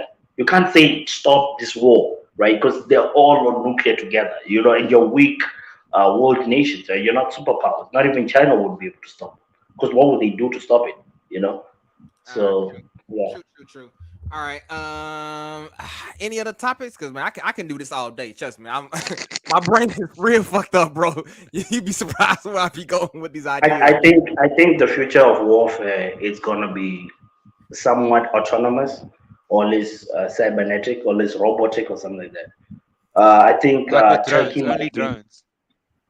no, Drones all no, the way not down. just drones, not just drones, but also quadrupeds, like things that do walk on ground. Because drones Yeah, those are obviously also become technically a drones. problem. No, drones obviously are for flying. Those are what drones. I'm No, talking about like something that can those walk. Boston Dynamic Quadrupeds. robots. So Those yeah. those dogs, those robo dogs things. Oh, we got Yo, those. that's not a robot. That's not a drone, man. That's yeah. It's a quadruped. That's what it's called. Four legs, Yeah, right? the Or robot or, dog. or what? Haven't you seen it? Yeah, let's call it robot dog. You want to call it that? Yeah, the future was definitely going to be a robot dog. I think Okay, the only thing stopping it right now is the amount of energy that the things need because they can only last for 30 They can minutes. they Just can like run on petrol. They can run on diesel. man, that's not. I mean, no, you shoot they'll, at them. they'll, they'll be Trust me, they'll be too heavy. They'll be way too heavy, man. I'm sure. Boston Dynamics already has one. No, you missed. Yeah, but it's too heavy. It's too heavy for transport. It's too heavy to walk and go anywhere far. Even that won't even make it last as long, right? Because And then how you big gotta would add your the tank fact that be? people will start blowing up your tanks. Like if you got a robot dog, I'm just going. The only way these robots could exist if they have some kind of nano fast reactor, like something like a really small modular reactor, small to a point where you can put it to a robot, but then last for a long time. Obviously, that will be super expensive, but that's the only way I can see like having robotic things to fight in warfare. It's like they be made of nuclear, which some people are saying that's why it won't happen because the restrictions are too much. Maybe it's just gonna be fully with drones. Okay. Turkey is one of the best. Well, you Actually, always it's have actually the you best drone company. Yeah. you always have a freaking tank. You can always use a tank or autonomous tank. Do you want that kind of problem, Yeah. bro? Like, No, I'm I mean, saying like, Yeah. that's But like okay, totally so possible. Astro, before you even say that, I really want you to think about. Would you want somebody to hijack your tank, like, and then all of a sudden start shooting your own your own military with the tanks that they hijack, bro? Think about it. no, I mean, there's more Hijack. What do hacking, you but mean it's by not about hijack? hacking. It means hack. They hack the tank and then they shoot the people that said that. Yeah, but Stop like watching it wouldn't movies. even have a That, network. come on, but they can't even do that on drones, bro. They're gonna do it on tanks now. Hey, man, you'd be surprised, bro. That's Hey, it. hey, man. They could. But like, but by that point, you're already screwed. Most likely. No. So there's this. Look up this word called spread spectrum. I actually used to study this. They as actual ways in which frequencies are sent between a receiver and Yeah. transmitter, where they can basically hide the signal they're sending with noise, so that way you can't even know you can't differentiate if it's a signal or it's just noise from just I don't know the earth or something. It's called spectrum. They use it also on what do they use? I think they also use it I on think I Google. understand how it works. Yeah. So things like that obviously make it. That's why they can't. I'm just saying hack. They can probably stop the signals from reaching the robot, but they won't control it, right? Like to control the thing, that's just most of that is just sci-fi, man. Yeah, you need Okay, a but I want to answer backdoor what for you said. that.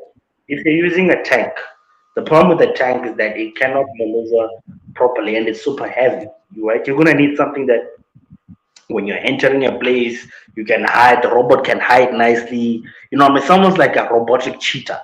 Like, you know, I mean, it can detect where the prey You is said and a then shoot. robotic cheetah. No, like, yeah.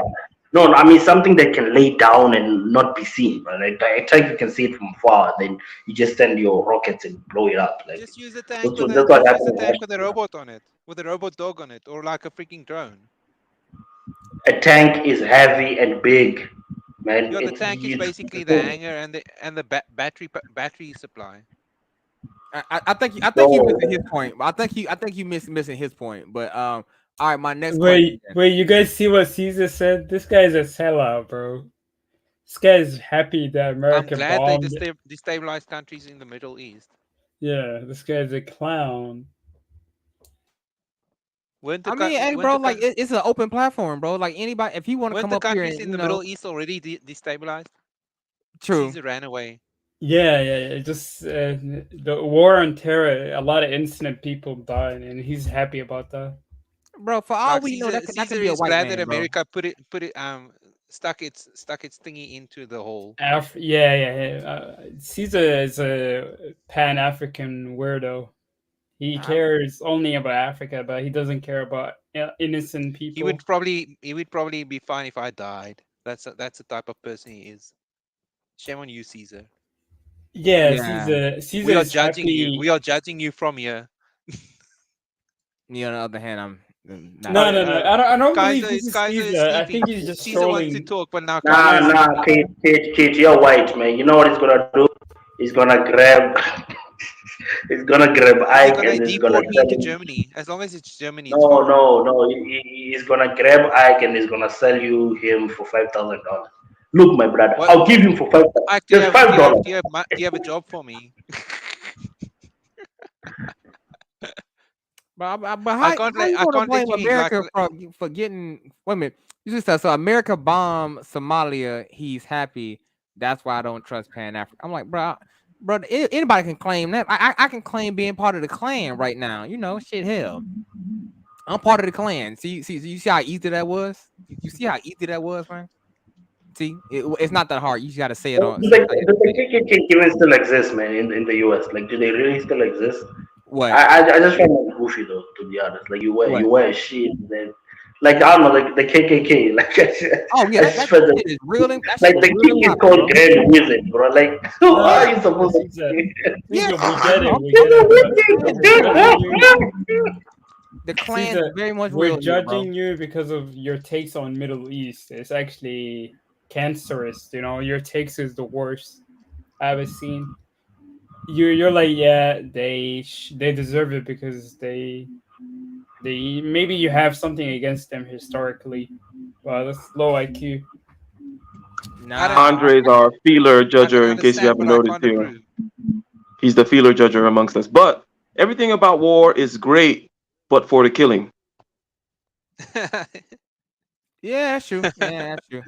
It drives people, it rallies people, it brings them together, it inspires them, it causes them to go to the moon, they advance technologically, the Soviet Union gets great. Oh, it's almost like So the you say best. we need a new Cold War? Is that what you're saying? We need a new Cold It War? was Nah, man. almost like even the The war is corona. the It was planet, almost like guys. the coronavirus thing was kind of like a manufactured little war to maybe see if we can kind of gin up some more growth or something. So basically, what I'm saying is, look, it typically is the case over history that people tend not to do stuff unless they feel threatened, okay, or unless they're not going to rally together and do the kinds of crazy things that the United States and the Soviet Union did, unless there's such a thing as the United States and Soviet Union. I mean, people are not, the Lakers are not going to be as great unless they're competing with, I mean, we can go on and on and on, right? And it also dovetails with my great theory about how, it's not my theory, but it's one I like to talk about how stress and chaos and stuff like that is what makes muscles, brain cells, and nations and human beings grow. Oh So, yeah. but for the killing, if we can find a way to create war, okay, but not kill, it's like, oh, just kill minimally, maybe only kill Musanda or something. Then we're good. Oh God, no, not Masanda, bro, not Masanda. Ah. Oh man, I don't know about that. I feel like the world is just too advanced to have like, y'all just say these things, man, out of speeches, man. Like y'all don't want no war, bro. Like, you not know, no real, not no real war. it's in Syria, man. I remember listening to the Clerk himself. He's like, listen, people like to judge by disease and stuff, but who look like Syria? Do you understand? You see Syria, Libya, all these nations. There's nothing you can say to these people that's just gonna let them put their guns down. They just want to keep shooting and shooting. The shit is like you said. Obviously, it's the death part, but no, that's not what happens most of the time. Majority of the time, you don't get technology out of that. You get a desolated, destroyed place with no hope, bombs on bombs, dead babies everywhere, just no hope. But trust me, you do not want to be in that world. And especially in War a is world not where nice. there's so much advanced machinery. I'm like, come on, man, no, man.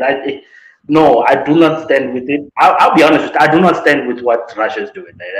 Contrary to what you guys keep saying, yeah, I do not stand with it because mainly the biggest reasons why I do not stand with it is because I know that it's only a reflection of saying because America did it, I want to do it type of thing, right? Because it's like, well, because I remember that guy, the foreign minister, is like, listen, if you're crying over Ukraine, just think of Ukraine as Syria, just think of Ukraine. Like he's trying to make a point that there's so many of this. So he's trying to get like backing from the Middle East, right?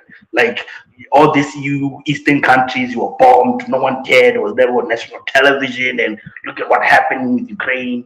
But then is it that making it better? And I'm not saying the Russians are ever better. I'm just saying it's like you have one devil that's the US, and then another devil using the idea that that devil exists, and now I'm not giving the chance or something. And I understand the fear they have, right? But there's so many alternative things you could have done. Besides going on this route. And I do think America is not really gonna help Ukraine, to be honest. I just do not think so. I think this is just a way to make Russia just waste a lot of ammunition. This idea that they print to people's head that a big country like Russia can actually be defeated by a small nation like Ukraine. They have bodies to spare, man. Russians have been dying for so many years. If you look at World War II, how many Russians, the people talking about Jews, how many Russians died in World War II? These people have kids to spare to just give out and go die for them, bro. So this war was given the moment it started.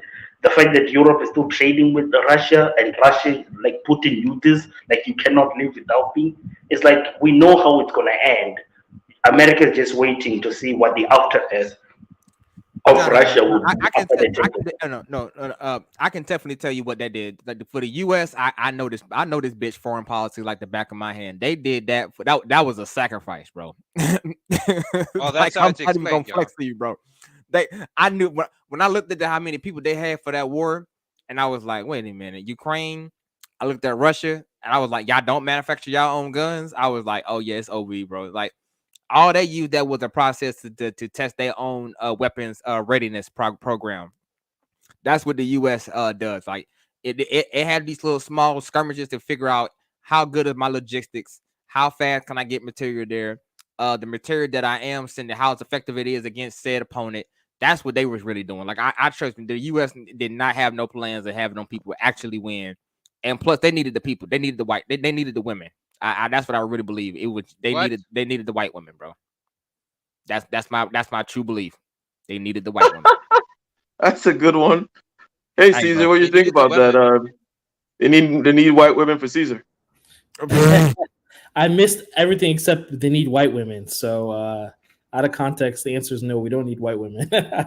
So United States. No, I'm telling you, the United States did that for like the see how fast their logistics is, how effective their military arms is, the how fast they can crank out military goods and stuff, which was horrible because they don't manufacture shit no more. But definitely, yeah, because I definitely agree with that part. It was a great opportunity to test that because since for a long time now, they haven't had that, hey, how do we do this logistics problem, which is a huge aspect of war. America had a chance to test. And I think, yeah, they went for it.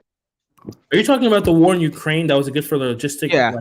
Yeah, they're talking about the benefits America got from the war in Ukraine. That's what they talk about. But the interesting part is that he's saying that they wanted the white women. Like, they're going to go get the white women from Ukraine? You don't think the war on terror was enough practice for them to get their logistics rustiness over with? That's not the. No. That was a while ago. You gotta stay sharp, right? You can't just. You gotta stay sharp. Like the war in the Middle East wasn't really a war for America. It wasn't a big mobilization. I mean, it just ended. That's what I'm saying. Like, it's not even that rusty. Like, didn't we just leave Afghanistan? Like, you cut off people. Literally... You cut off people's foot and expect them to go fighting, to go running. That's not a war. Yeah, like I can tell you from like I'm not gonna say hands-on experience. I'm not gonna say that much because I didn't fight in that shit because they don't pay me enough. But God, honestly, that's all they was doing. They were hitting people with drone bombs. Like there was no feet on no real boots on the ground, and you trying to quote unquote like take over the population kind of stuff. It was not that. They just had drones, bro. Drones would do a majority of the work, and they were just trying to find specific targets. America spent so much money on freaking mercenaries for that war. Yeah, that's what they use mercenaries for. Like, I'm gonna give you a tidbit of information. The United States Army, these folk ain't out here just like training. Like, other than me personally, I train crazy like that, but that's because I live in America. I know this shit'll pop off, and I'm at to fight somebody for some bread soon. So. You know, there are also some specifics about this that will be useful for what's the name of the country? Taiwan, right? Because a similar thing would have to happen in Taiwan. There would need to be massive logistics if that goes down, shipping stuff to Taiwan. So hey, let's practice shipping stuff to Ukraine. I mean, obviously this is a theory, it's a hypothesis, right? But it makes sense. That Taiwan thing is a nightmare. It's literally you know what kills me about Americans is like this gun owning Americans, and I just follow them on YouTube, bro.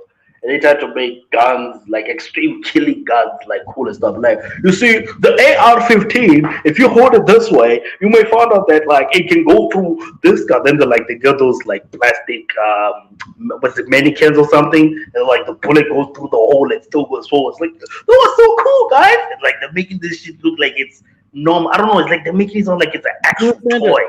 Boy, do you not know? I'm telling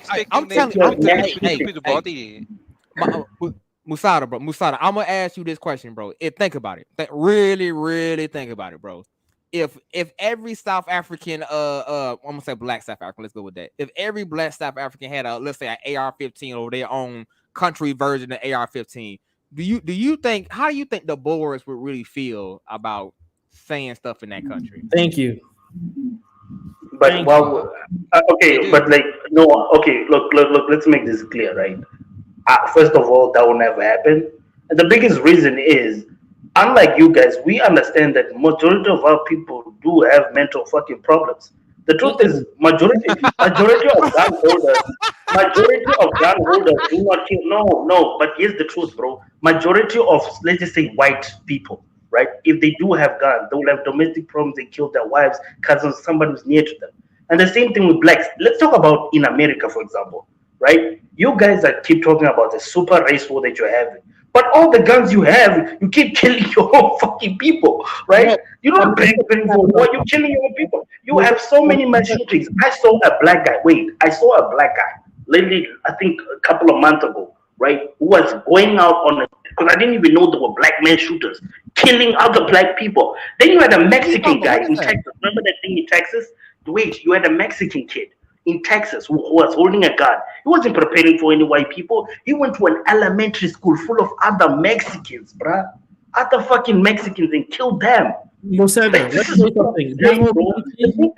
The truth is, what I'm saying is this: when people hold these dangerous guns, they can lie to themselves about this hypothetical war they're preparing for. But at the end of the day, what history has shown is that you kill more of your brothers and sisters next to you. I'm not talking about race, but I'm saying general than the alternative. So my question is this: do you genuinely think? No, think about this. South Africa has an alcohol problem. And you're saying Ntate Malume must now have this a rifle gun because some Burma just show up and kill them. Let me explain to you about the gun problem in America. First of all, there is no gun problem in America. It's all media.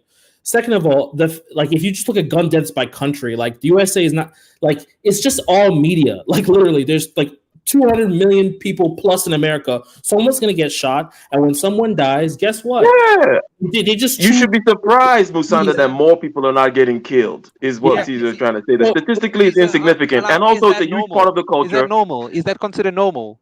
No, like the behavior in America. What do you mean normal? Oh hell no, We know that. Going to school and shooting people. No, it's no. Yeah, that's the pastime of certain kind of crazy white people. Yeah, it's not normal, but I'm surprised that more crazy white people don't do that. They're playing exception. Most white people aren't crazy. No. Like, first of all, let me explain something to you statistically. If you do the homicide rate by guns, right? I'm not trying. Yeah. Don't be angry.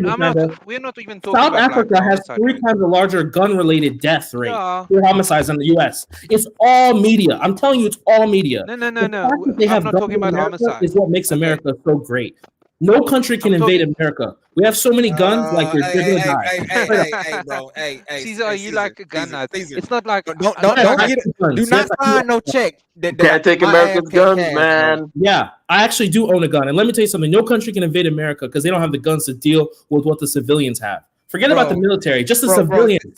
Caesar, you signing checks that I don't think your ass gonna cash, bro. Because you, bro. Yeah. Caesar, I'm not talking about I'm talking about the social disease of going to a place and shooting people. Statistically, it's insignificant. Just look at the data. I'm not talking about statistics. I'm not talking about statistics. Is that a normal thing?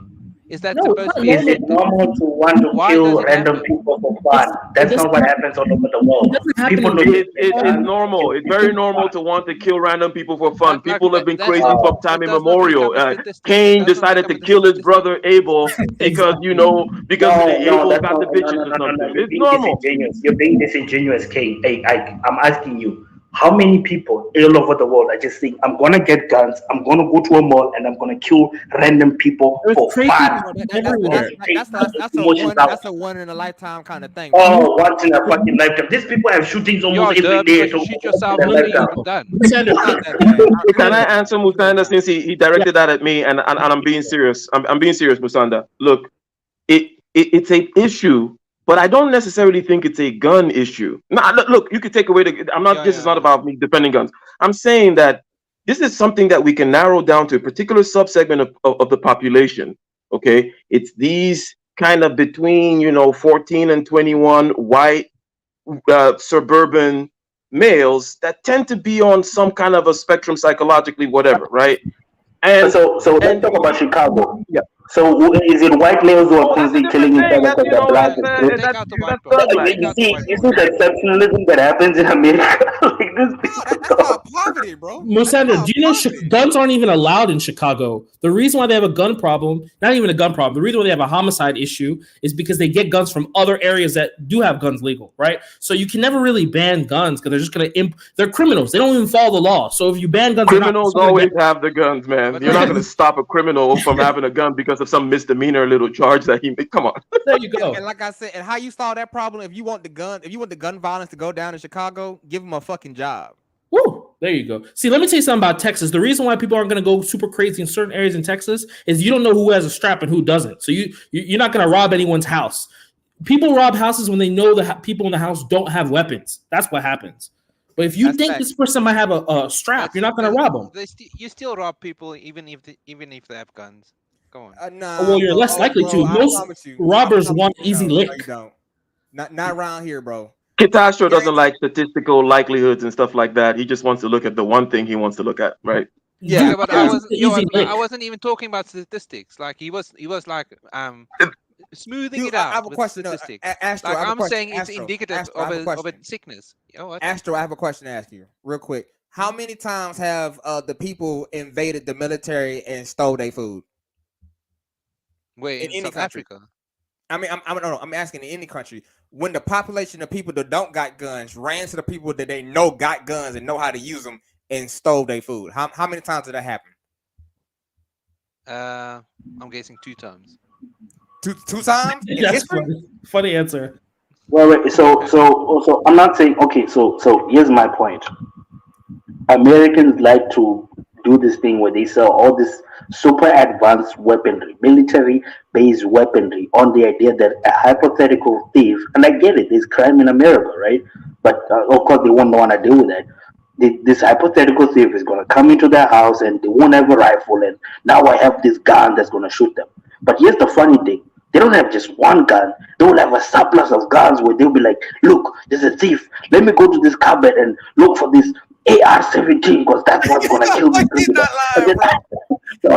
Why am I even using this machete over here? Like all these illegal things. Oh, you sounded like a hater, Musanda. You angry that they have more than one? Yeah. It's gun per household. It makes it a jealousy debate. You make it a jealousy debate that I'm now jealous. No, that come on. To have multiple guns to kill this random criminal that's just choosing to break into your household. Right, but that's the thing. Typical kind of human gluttony. One of the 7 sins. It's gonna happen. You let them have one, they're gonna take a mile. That kind of thing. That happen. It is what it is. What happens? Here's what more than likely happens. The people that tend to have a lot of these guns tend to not be killing criminals that are breaking into their own houses. True or false? Most people, I can guarantee you this much. Most people, like the gun on, like I'm gonna be honest with you, right? The most people who have the most guns, they're not the people killing people. The people who actually have to go buy and purchase their guns legally and have to go through all the rigmarole of getting their gun. Those are not the people that's shooting people. It's the guy who can go buy the gun for like $500, $800 off the street that's doing okay. Stuff.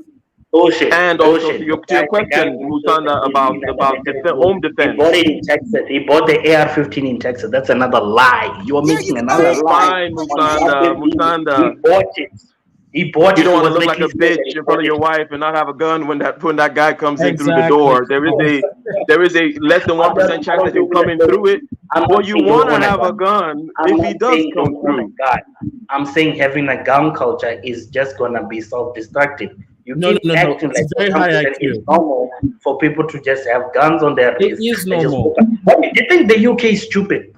Do you think like England, let me explain something to you. Musanda, there will never be a coup in the UK. Do you know why? Because they ain't got no straps. Those people they can't even own big knives. There will never be a coup in the UK. He's writing checks again. I promise. Musanda, you said something very important. You said culture, right? You said culture. I was gonna say earlier that trying to take away America's guns is trying to take away alcohol from South Africans, for example.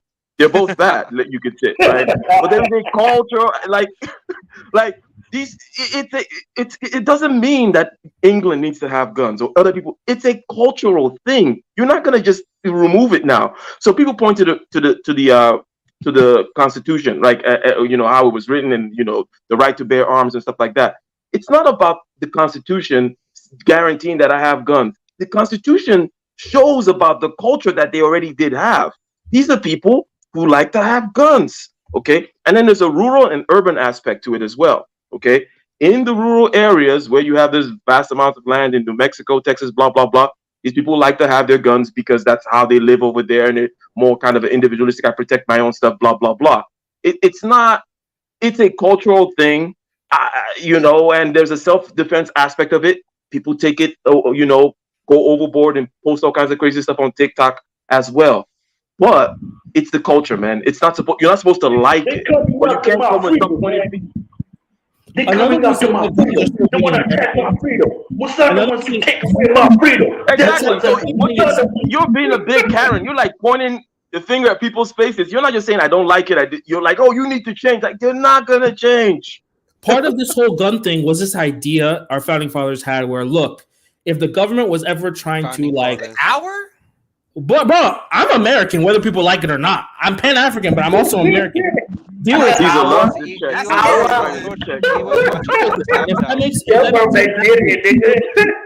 I think America is an amazing country. Like God, Jonathan. Any African country that duplicated what America did would be a brilliant country, because America runs great. It's just as racist. But there was this idea that, look, if people have guns, they can always rise up against the government. Now, are people going to rise up against the government? No. But that was a whole premise. That, look, if people have guns, they can rise up against a tyrannical government. In Africa, people can't coup. Do you know why? They don't have guns. And you think that you're so smart by saying, oh, we don't want guns. But that means you're taking away your destiny from your hands. Like, it all comes back to Peter Obi Empire. Oh, I see. You can't even control your own destiny because you don't have guns. The government can do whatever they want. You're just their bitch. Caesar, let me ask you a question. When all those crazy Americans went and stormed the Capitol, why didn't any of them have guns? They did. They weren't stupid. Good question. Why didn't they go liberate themselves without guns? Exactly. Good question. I think if they had guns, maybe it may have escalated. I actually don't know if they didn't have guns. Maybe it would have escalated. You would have heard of YouTube. I guess Kaiser will have to take down the stream anyways. But anyways, go wild. Like, of course, one of them is going to go off. You're gonna hear about that. Did they have guns? Yeah, some of them They did. didn't have guns. They didn't have guns. Some of them did. Yeah, they did, dude. Some of them did. Yeah. Some, but like if every one of them had guns. Oh yeah, I mean, like, I don't think that was a tactical. I don't think they came together for that. I think they. That was not the point. I don't think that was the point of that. I don't think they were trying to literally like coup the U.S. government. I don't think that's what they're trying. They were trying to meme. They were trying to meme. They were trying to. They were just protesting. You don't coup the government going for the capital. You coup the government going for the Pentagon. You don't go to the capital, man. Yeah, think, man. If you go to the Pentagon and try that bullshit, bro, you know where you're gonna end up at. Let's be for real. Exactly. I wish Africa had more guns. Imagine if they had more guns. That would be good for Africa. They do have more guns. They do have more guns than you know. I know the whites do. That's the hilarious thing, Kid Astro. I know the whites do, but the blacks don't. Everyone has. The whites definitely do. I think the boards have guns. I don't think the Zulus. How do you know we have more guns? Because I understand. There are guns in everything. There are a lot of people who can't get. Look, it's not impossible to get illegal guns in South Africa. The thing about South Africa, wait. In South Africa, it is very hard to get a legal gun, because when you do trying to get a gun license in SA, they don't just interview you; they interview 3 of your people who are personally connected to you, either your wife, your brother, your sister. There's a long fucking process they go into this when they look into the mentality, because we have had a lot of history where a lot of people with guns. Obviously, I mean, look, we're living in a world where a lot of people are depressed. Even that US guy, what's the from Ellen DeGeneres, didn't he kill himself with a gun? Let's even forget talking about killing your neighbors and whatnot. People that tend to have guns, we keep making it sound like almost everyone is this normal person that's just gonna wake up in the morning and gun. The amount of screening that South Africa does for actually gun ownership and actually reasoning behind it, so you must have an actual reason, it's actually something I have to clap hands for. It's really hard. So if most people, so criminals that have guns, they didn't, unlike you guys, buy it in a shop in some Texas guy or whatever. They had to buy it from maybe a Nigerian drug dealer. They had to buy it maybe from a black Mexican. You're damn right. Nigerians running shit all over the world. You do realize I'm kidding. They had to buy it illegally. They had to buy it from someone illegally. Is what I'm saying. Musenda, you do realize South Africa has 3 times a higher rate of homicide by guns, right? With all your strict laws. Yes, and they're legal. They got them. If it's true, I don't know if it's true, but if it's true, those guns are not guns they got legally. I can get it. Okay, well, I'm just saying, all this thing you're saying is all pointless. You have 3 times the rate of guns. Yeah, but how did they get access to those guns? This is the problem that you're talking. In fact, I think they probably got them through other countries, like Mozambique specifically, where there's a lot of terrorist group over there. So that's how a lot of these things. Yep, that's the point. South Africa doesn't allow guns, and then they go outside and get it. Chicago doesn't allow guns; they go outside and get it. If you want to do crazy stuff, you're gonna find a way to do it, especially if you're a criminal and you don't care about being within the bounds of the law. Bingo. But like, if you have a gun and we spot you having a gun, then we can arrest you for that. Okay, good luck spotting them. Yeah, but it's not that difficult in South Africa. It's just not taking action anyway. But I'm just curious, guys. I hope this isn't too dusty of a question. Who do you think has more guns, the Boers or the Zulus? How can like you are like comparing 10 to 40? Like, never mind. Still, I don't even know what that means. Still, who do you think has more guns? I know there's more Zulus than Boers, but who do you think has more guns? I'm just curious. I think it's like even distribution. What do you mean by Boers? Do you mean farmers Boers, or do you mean like the cultural aspects of? Let me just say, all the white ones. Are they all the white ones? All the people that are white South African? There you go. White South African. White South Africans have more guns than Zulus. What you're asking? Yeah, do they? No, I don't. Like, even I think farmers have more guns because of that actual reason that they have. No, back to what I was saying. You have to have a reason to own a gun too in SA. You know what I mean? So I presume they probably have way more guns because they usually live far from like residential places. And are you comfortable with that? Are you comfortable with that? Comfortable. Am I comfortable, my man? You are asking me, am I comfortable with a white guy who's farming and having a gun to protect himself against some random guy who could come in and kill his family? He's actually asking, do you believe he will use that against get the question, bro. Like, so you think? I think he will use it against you? He thinks Afrikaners are just getting on their farm saying, "Let's go kill some random black people now," because I just feel like that's what he thinks. Or like I don't know. What did you mean by that, Caesar? So the reason why I asked that is in the US, one of the reasons why I have a strap, right, is because I realize that all the people who are pro-gun are white generally, and all the people who are anti-gun are black. I don't know why, but why is the minority group anti-gun when we're the ones persecuted? If the government's so racist, why don't we have guns? So this is one of the reasons why I have a strap. I have a couple straps actually, because I realize, look, it doesn't make any sense. I think there's a bunch of black people, but it's like just your much less black people. And I know from here in Sandra, it seems like it's just like the U.S., where the blacks are anti-gun for some strange reason, and I know white culture is not anti-gun. So it's just a funny. I was just trying to see if it's the same in South Africa. You know, where I don't know why for some reason whites are okay with everyone owning guns, but blacks are so scared. I think you can basically just boil it down to Texas. I don't know about that, but yeah, I was just curious. Are there more white people in Texas than black people? Yeah, I think there's more white people than black people in every state, basically. Like I would say there's more gun owners in Texas than any other state. Yeah, definitely. I just noticed that black people. I know there's more white people in Texas than black people. You can just like go from there. Okay. And like it's also all the black political movements are leaning towards the Democratic Party, and they're anti-gun. Apparently they're anti-gun. They don't have policies that are anti-gun. They just their public perception is just anti-gun. They're always talking about I disagree with that point. Even the ANC is the one. If I think it was Hanapon who actually implemented the strict laws on gun ownership. There you go. White ANC. So he's right. He's somewhat right. This is somewhat right about gun ownership and black people. Yes, I do think black people tend to have way more of an anti-gun thing with them, but also why this is also all the black people I know of on the internet have guns in America? Why? Minorities. Like, is it like am I just following the gun owning No, but owning because they live black in the American US. No, YouTubers? no, I mean they should have guns in a way, in the sense that like America is just everyone just has guns. I think everyone in America, black or white, should have guns. I don't think Yeah, in but like I America. think like the black maybe it's like this. The black people in America feel their guns will be taken away if they say they have guns, and the white people don't feel that way. Maybe that's the actual point.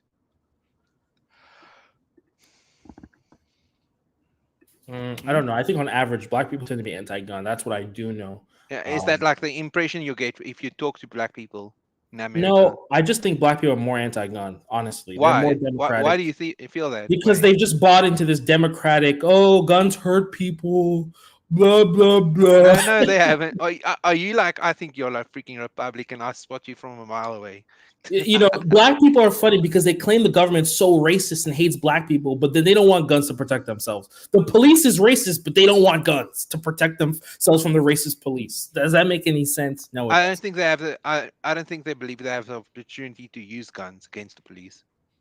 Maybe, but I also think it's brainwashing. Like if you had a gun, then they would use that as a reason to shoot you. If you didn't have a gun, they would use that as a reason to shoot you. Maybe I just think. And if you get shot, then you don't have a opportunity to use your gun to defend yourself. And if you shoot a cop beforehand, if you shoot a cop beforehand, then you are guilty. I just think it's brainwashing. Like in the US is a little bit different. Gun laws were inherently racist. Like they started making gun laws to stop black people from having guns, literally. So there's a lot of things. That's literally why they even invented gun laws. Before everyone could have a strap. It's like, oh, we don't want blacks to have guns. And for some reason, a lot of black people bought into this idea. We don't want guns. We don't want to protect ourselves. Let the police do it. Blah, blah, blah. Same reason they got the minimum wage laws, by the way, which is another interesting thing. Really? Wait, can you expand on that? So basically, hey, you have black people coming in, right? And they want work. You say, hey, Caesar, you know what? You can work for me, but I'll pay you $2 an hour. Oh, great. Now Caesar's got a job. So the white people are like, F this, right? We need to raise the standard. You got to have a certain level. Like it's got to be $10. And nobody wants to hire Caesar for $10 because Caesar's black. Caesar might not have as much experience and so on and so forth, right? So basically you remove down the bottom rungs of the ladder, you lift it up to now a $10 level. Now, if you're not seen as being worth $10, which a lot of these black people are, either because of racism or because they don't have the skills, now you've cut them off. It tends to be the case that the higher the minimum wage goes up, the more the jobs of this lower, like, let's say, teenagers used to work at all these fast foods before. Now it's, guys trying to raise their families in fast food, like immigrants, Mexicans and stuff like that. So there's a general removing of because generally speaking, I'm not advocating for just complete laissez-faire, libertarian, whatever, right? But if that were the case, then you would be able to bring in random people and say, hey, I'm not willing to pay you the minimum wage, $15 an hour, because I don't think you're worth that, right? Well, hey, you can come in and, you can wash the dishes for $5 an hour. But if I can't do that, then I'm not going to hire I'm going to raise the standard of my employment as well, right? I'm going to be like, hey, I need someone who has X amount of skill, blah, blah, blah, and they're more likely to be a white person. That's how they were, they were trying to undercut that. So I hope that explains it. I understand. Okay, thanks.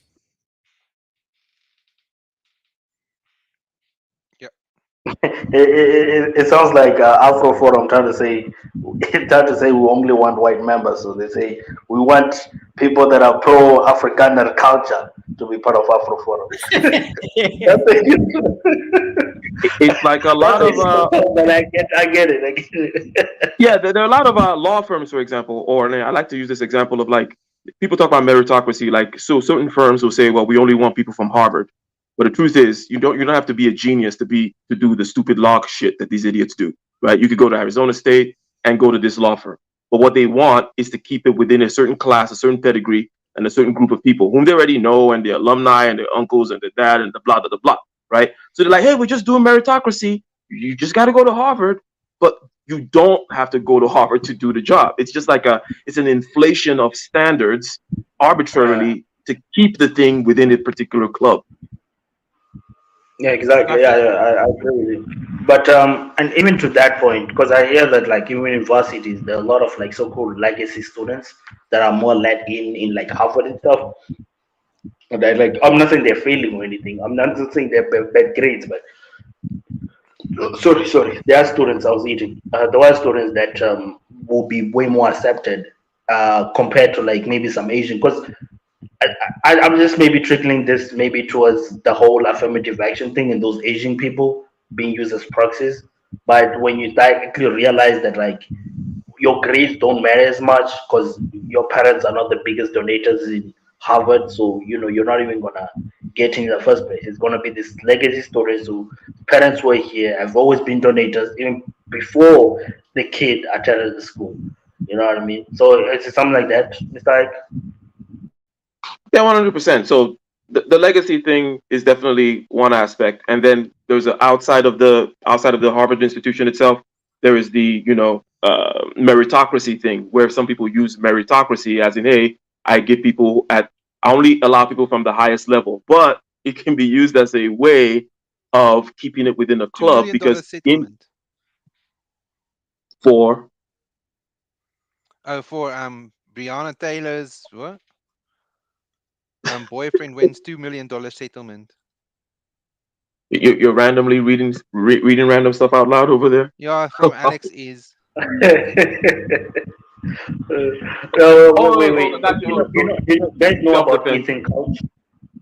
Ethan Couch is this super rich white kid in the US. He crashed his car to actually other white people. I guess they were poor. And he's actually, instead of getting life in prison for killing 4 other people, he actually got like 10 years probation. Then I think next year he's going to be released. He's like, because he got arrested when he was like 16. It was like 10 years. So, like, yeah, next year is going to be 27. So he's literally going to be released literally after killing 4 people in the US. It just shows you the power of money, man. The US. Even the Rachel is a Rachel Wood, that the one from BLF. Like he killed like 2 people, 2 white kids from the BLF rally. And then I don't know. I just feel like it's weird the fact that he's actually free. Like that guy who killed 2 people. Like I mean, those people were actually trying to take his gun away. And then I guess this is even my thing against guns. Like he's literally trying to take his gun away. They're not trying to kill him or anything. They didn't have weapons of any killable thing. And like Rittenhouse, is it Rittenhouse instead of Rittenhouse or whatever? Then he killed them like papa. It's like you're free because you're protecting yourself. I don't know, man. I don't know how people even feel safe in such a country, man. You know? Yeah. If you stop thinking, it makes sense. Yeah. Wait. What do you mean by that? Like, if you what do stop you mean by thinking, that? it makes sense. So just don't. You're thinking too much. That's my point. It makes sense if you don't think about it. My point is that money equals everything. To be honest, in the US, that was my point. I think you put too much thought into it, and like capitalism makes a total amount of sense if you just stop thinking, and then like if you can get away with anything, like that's a fair society. You're You're right. Because you were born in the crime here's of being another poor. thing that people don't talk about. You know, is the name Jacob Zuma's son. You know, like he was also in a car crash. I just remember the same thing happened. Yeah, like he crashed into this family and he died and he's free. Drunk driving as well.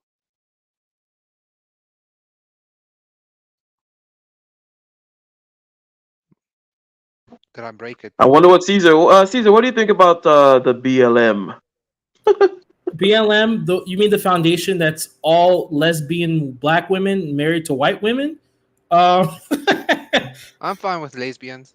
I'm fine with lesbians, but it's like they're black. It's all about protecting black men or whatever. But all the founders are black lesbian women that are married to white women. I mean, and didn't they say on the website that they're trying to rewrite like the family structure or something like that, or destroy the patriarchal family structure? I mean, I don't know what that's all about, but red flag alert. Red flag alert.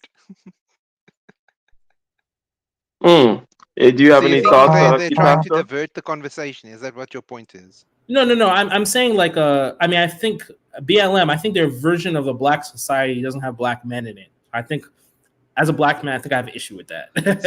So you think they should involve more black men into their black culture shift thingy? I don't want to be a part of it. I think in pastoral language, it's just that a lot of the modern liberation movements tend to be overly hijacked with a particular flavor of extreme, like this neo-Marxist Frankfurt School kind of like everything needs to be deconstructed type stuff, right? So rather than just deal with the black issue, now you're like, oh, now we need to deconstruct the family. And you know, like you're one of those guys that read those books. I know you, right? Yeah, but like you don't. They're expecting like, oh no, let's get equal rights for everyone. While we're at it, let's fix everything. Yeah, let's just go all the way. Let's just go full Foucault on everything. And it's like, and it's not like. Meanwhile, they're involving themselves with corporations as well, and they exactly, which just makes it crazy. It's like, in my view, those kinds of extreme kind of Marxist type stuff is like, these are not things that are meant for everybody. In other words, I just kind of put it simply like, look, you always have outliers in society, right? People, I consider myself, if you're on this channel, most likely you're an outlier in one way or the other. I'm an outlier in many ways. These outliers tend to be kind of ostracized or kind of put apart from society in one way or the other. Maybe you're a lesbian, maybe you're a free thinker, maybe you're somebody who doesn't like rules, okay? I don't like rules, generally speaking, right? But there's this kind of a stupid thing people do, then the outliers want to now force themselves into the middle of the bell curve, right? They now want to be the standard. It's like, oh no, now everybody needs to be a crazy, rule throwing away, bra burning psycho. It's like, no, the normie cannot deal with this, nor do they want it. With the feminists, why is it like that? I mentioned several things. I said outlier in several different ways. I know you're going to get triggered by the feminists. That's why I chose to use the bell curve example. I just don't understand. Was that really so revolutionary that everyone in your generation says that? That's the first opinion. Okay. Do you want me to? Are you being serious or? Well, let me put it this way. My mom also said the freaking bra burning. It's like it was so traumatic. It's not about them in particular. If you are being serious, right? I just explained something about outliers. I'm just wondering why that meme stuck in your head. Because I'm mass communicating, right? Yeah. And you have to use certain idioms that are out there in the zeitgeist that people you're understand. a radical feminist if you burn bras. Is that like?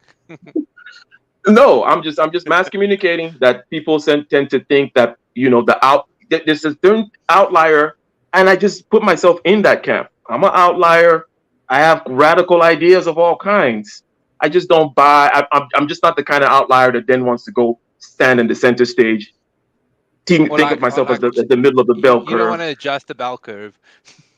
No, it's not possible. Is my point. Like normies are normies by definition. Yeah. I mean, I'm all for women's rights. I mean, I'm all for it. See, here's the difference. Like, I'm not trying to promote my tribe, but I do like that version of feminism, able society. I love it. Like Chimamanda Adichie, like she's a feminist. She's all about female rights, but also she died for her group. And I just love that, right?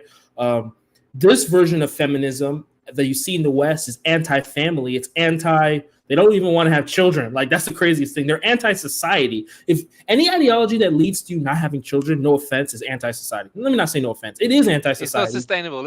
Even if it's not anti-society, it's not sustainable. So these people have these ideas where they don't want to have children. They hate men. Like, no offense, that version of feminism, I'm not okay with it. But where do you get that hate men thing? A lot of them hate men. I mean, that's pretty obvious. Well, okay.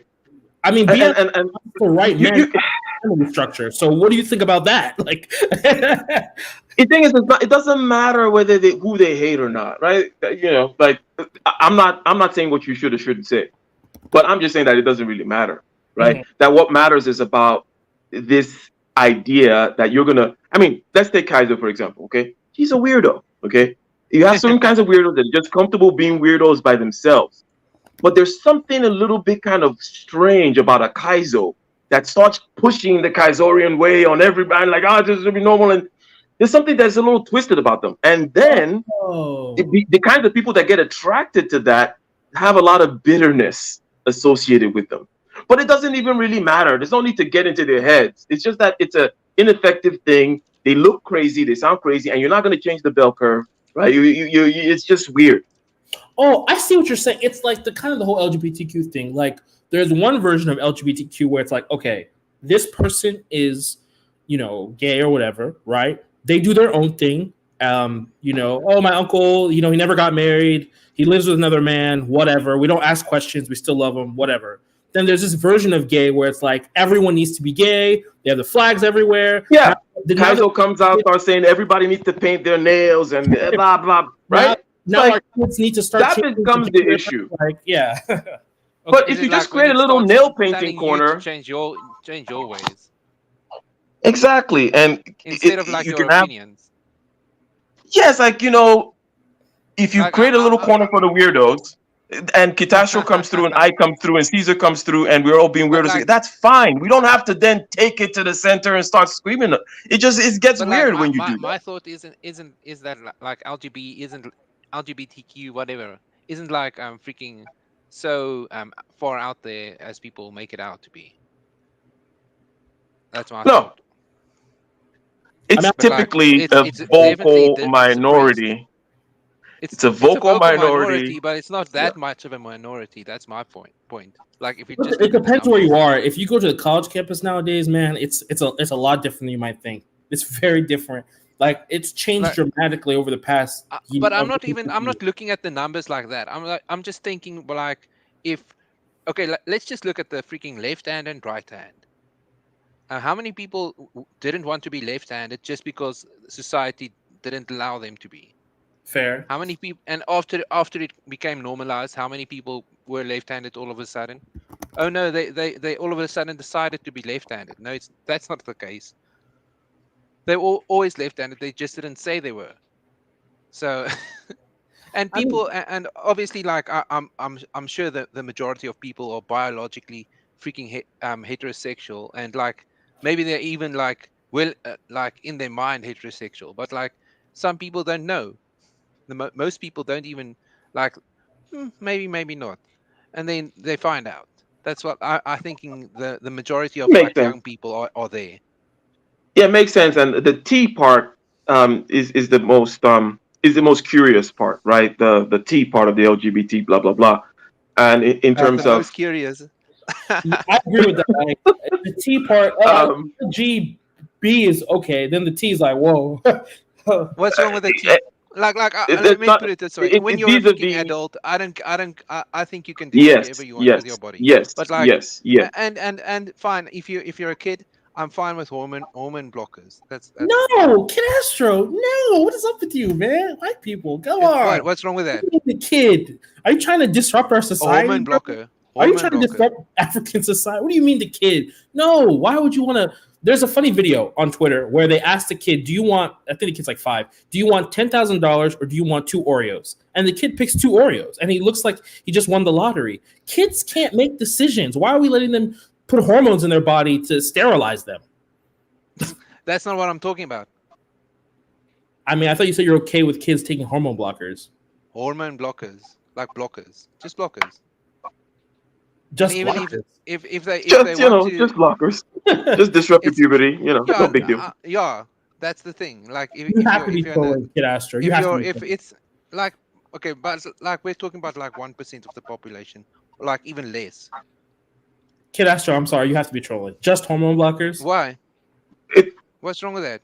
What's wrong with that? Okay, let's okay. What's the negative impact? Okay, why don't we put hormone blockers into 50% of your population then? No, Okay, I'm asking you wait. like, okay, but like I'm not talking about 50% of the population. Yes. So I see now that now you like to think statistically, but I'm fine because I can do either way, I'm not right? talking about like So I'm talking about you're like saying not. less than I'm not 1%, so talking the about for impact is not everyone. much. So you're saying, hey, it's not a big deal. I get it. I get it. I'm just No, calling I'm the talking fact that. about like for the certain people that do need it, and I'm fine with that. So here is so ultimately, I'm not, and I'm not kidding here. Like I don't really care. I'm almost a solipsist with regards to how I view myself in the world. I don't give a fuck what anybody does. Okay. But these are just kind of like thinking, like, okay, how can things play out and not play out? Right. I think that there are a lot of crazy parents out there, more crazy than their kids. Would you Yeah. kind of agree, Catastra? Yeah, that's where I see the problem because I know parents that like to do all kinds of weird stuff. Okay, and it's not going to be a huge percentage because generally I don't even care what they do. But that part is the only part I have trouble with is those people that are going to take advantage of it and try to mess around. And still, I don't care. I'm just talking about what could possibly be the issue. No, Okay, so but here's the like problem. you're like talking. Okay, I'm talking about like the medical issues. I'm talking about like those. And if you want to get hormone blockers, it's not that easy in America because we are talking about American freaking politics now. It's not that easy to get it. It's like freaking difficult, and like people are still making an issue about it. No, here's how they want to take it even a step further. It's one thing if you say, look, if let it be a decision between the parents and the children. If you want to put hormone blockers in your own kids, good luck, bro. The world's a competition. No, right? I'm not talking about. I'm talking about it's a kid's choice. Wait, here's a step further, right? Now they're saying, look, if a kid wants to get hormone blockers and the parents won't let them, the government, CPS, can now take the kids and or the school can put hormone blockers in the kids without the parents' permission. Like the government needs to. I'm fine with that. The government needs to back off. Did you know they didn't even allow freaking condoms for kids? Well, I mean that's a different situation. I just no, look. that's the same thing. That's the same thing. Do the kids have the right to a condom? No, they don't. If the parents don't want them to, yeah, exactly. Like we are not going to be agreeing about anything here because like you fundamentally don't believe that kids can make their own choices about their own bodies. Oh, so wait, what age do you think children? Catastra, where's the next step? What's the next step? You probably know what I'm alluding to. I'm saying, okay, you don't have to do a transition. Are we gonna go NAMBLA? After you're an adult. Are we gonna go NAMBLA? There you go. What's that? There you go. What's that? Are we gonna go pedo stuff? No, I'm just saying. Basically, the kid can decide after he's an adult. Okay. Wait, if kids are able to make a decision, the kid can decide after they're an adult. What does that mean? They're not a kid. They can decide which gender they want to be, or transition, or appear as. I don't care about that. Yeah, that's right. Like you wanted to talk about the T. I didn't want to talk about the T. Can kids chop it off since they can make their own decisions? Can they go to the doctor and say, "Look, chop these bad boys off"? Obviously, we're talking about like let's just say we're talking about like a medical issue here. Now, it's like a psychological, medical issue, biological. Okay. And it's not like, and we're trying to move in the direction of the least harm. That's all. So wait, do you agree with it? Can kids chop it off? If they look, having this thing makes me feel like I'm not one with my body. I want to chop it off. So I feel Let me more put like it this way: if you're a male and you want to chop it off, nothing's stopping you. You can just chop it off and then go to the hospital. They're 9. They want to chop it off. They want to go to a doctor. Yeah, and chop it off. how are you gonna stop a kid? Okay, they want to go to the doctor. Should they be allowed to do that? Go to a doctor, tell the doctor, look, chop it off. No, they are. Let me put it this way: I think you can delay this decision until you're an adult, and no one else can tell you. So why stop at hormone blockers? What's the difference between hormone blockers and chopping it off?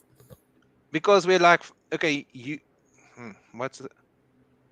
I think like the body would be more ready for any changes when you're older. Yeah, that's the other thing. I don't get it. What's the difference between hormone blockers and chopping it off? I don't see a difference. What's the okay? What do you think that is the permanent impact of hormone blockers? I mean, maybe you got puberty didn't happen. I don't know. And then, after you release the hormone blockers, what then? I don't know. I don't know what happens. Has this been done before? What happens when you? But like you're not. It has been done before. Okay, I don't know. I have to look it up. What happens if you stop? But basically, your puberty resumes if you release it. Okay, so we've established one parameter that it's reversible. Let's say, presumably based on It's not. information, there's no need for us to It's not. question it. It's just stopping it and then it's resuming it. Yeah, That's stop it. and then you start back later. Okay, that's one thing. But let's clarify the adult versus kid part. Did you say that after as an adult, whatever the particular society deems to be an adult, that's when they can decide to take hormone blockers, or can these weird parents decide for them? I think the parents shouldn't be able to decide for the kid, because like I think like politics is going to be involved in like freaking culture and religion and all that. Like if the child wants to go through all that drama, or if he doesn't want to go through the drama, he can just grow up as his biological age and then transition later. Can kids give consent? For what? I'm not. Well, let's just say sex. Let's not say. Let me put it this way. I don't want to talk about this. Because like I can say like, okay, the legal age here is like what, 12, and in other countries it's 16, 14, whatever. Like this isn't a clear issue. Of course it's not. Yeah, and it's not like a freaking it's a freaking issue that can get you cancelled on freaking social media. Oh yeah, And 100%. even if you address it like in a clear and calm way, like people are not calm about it.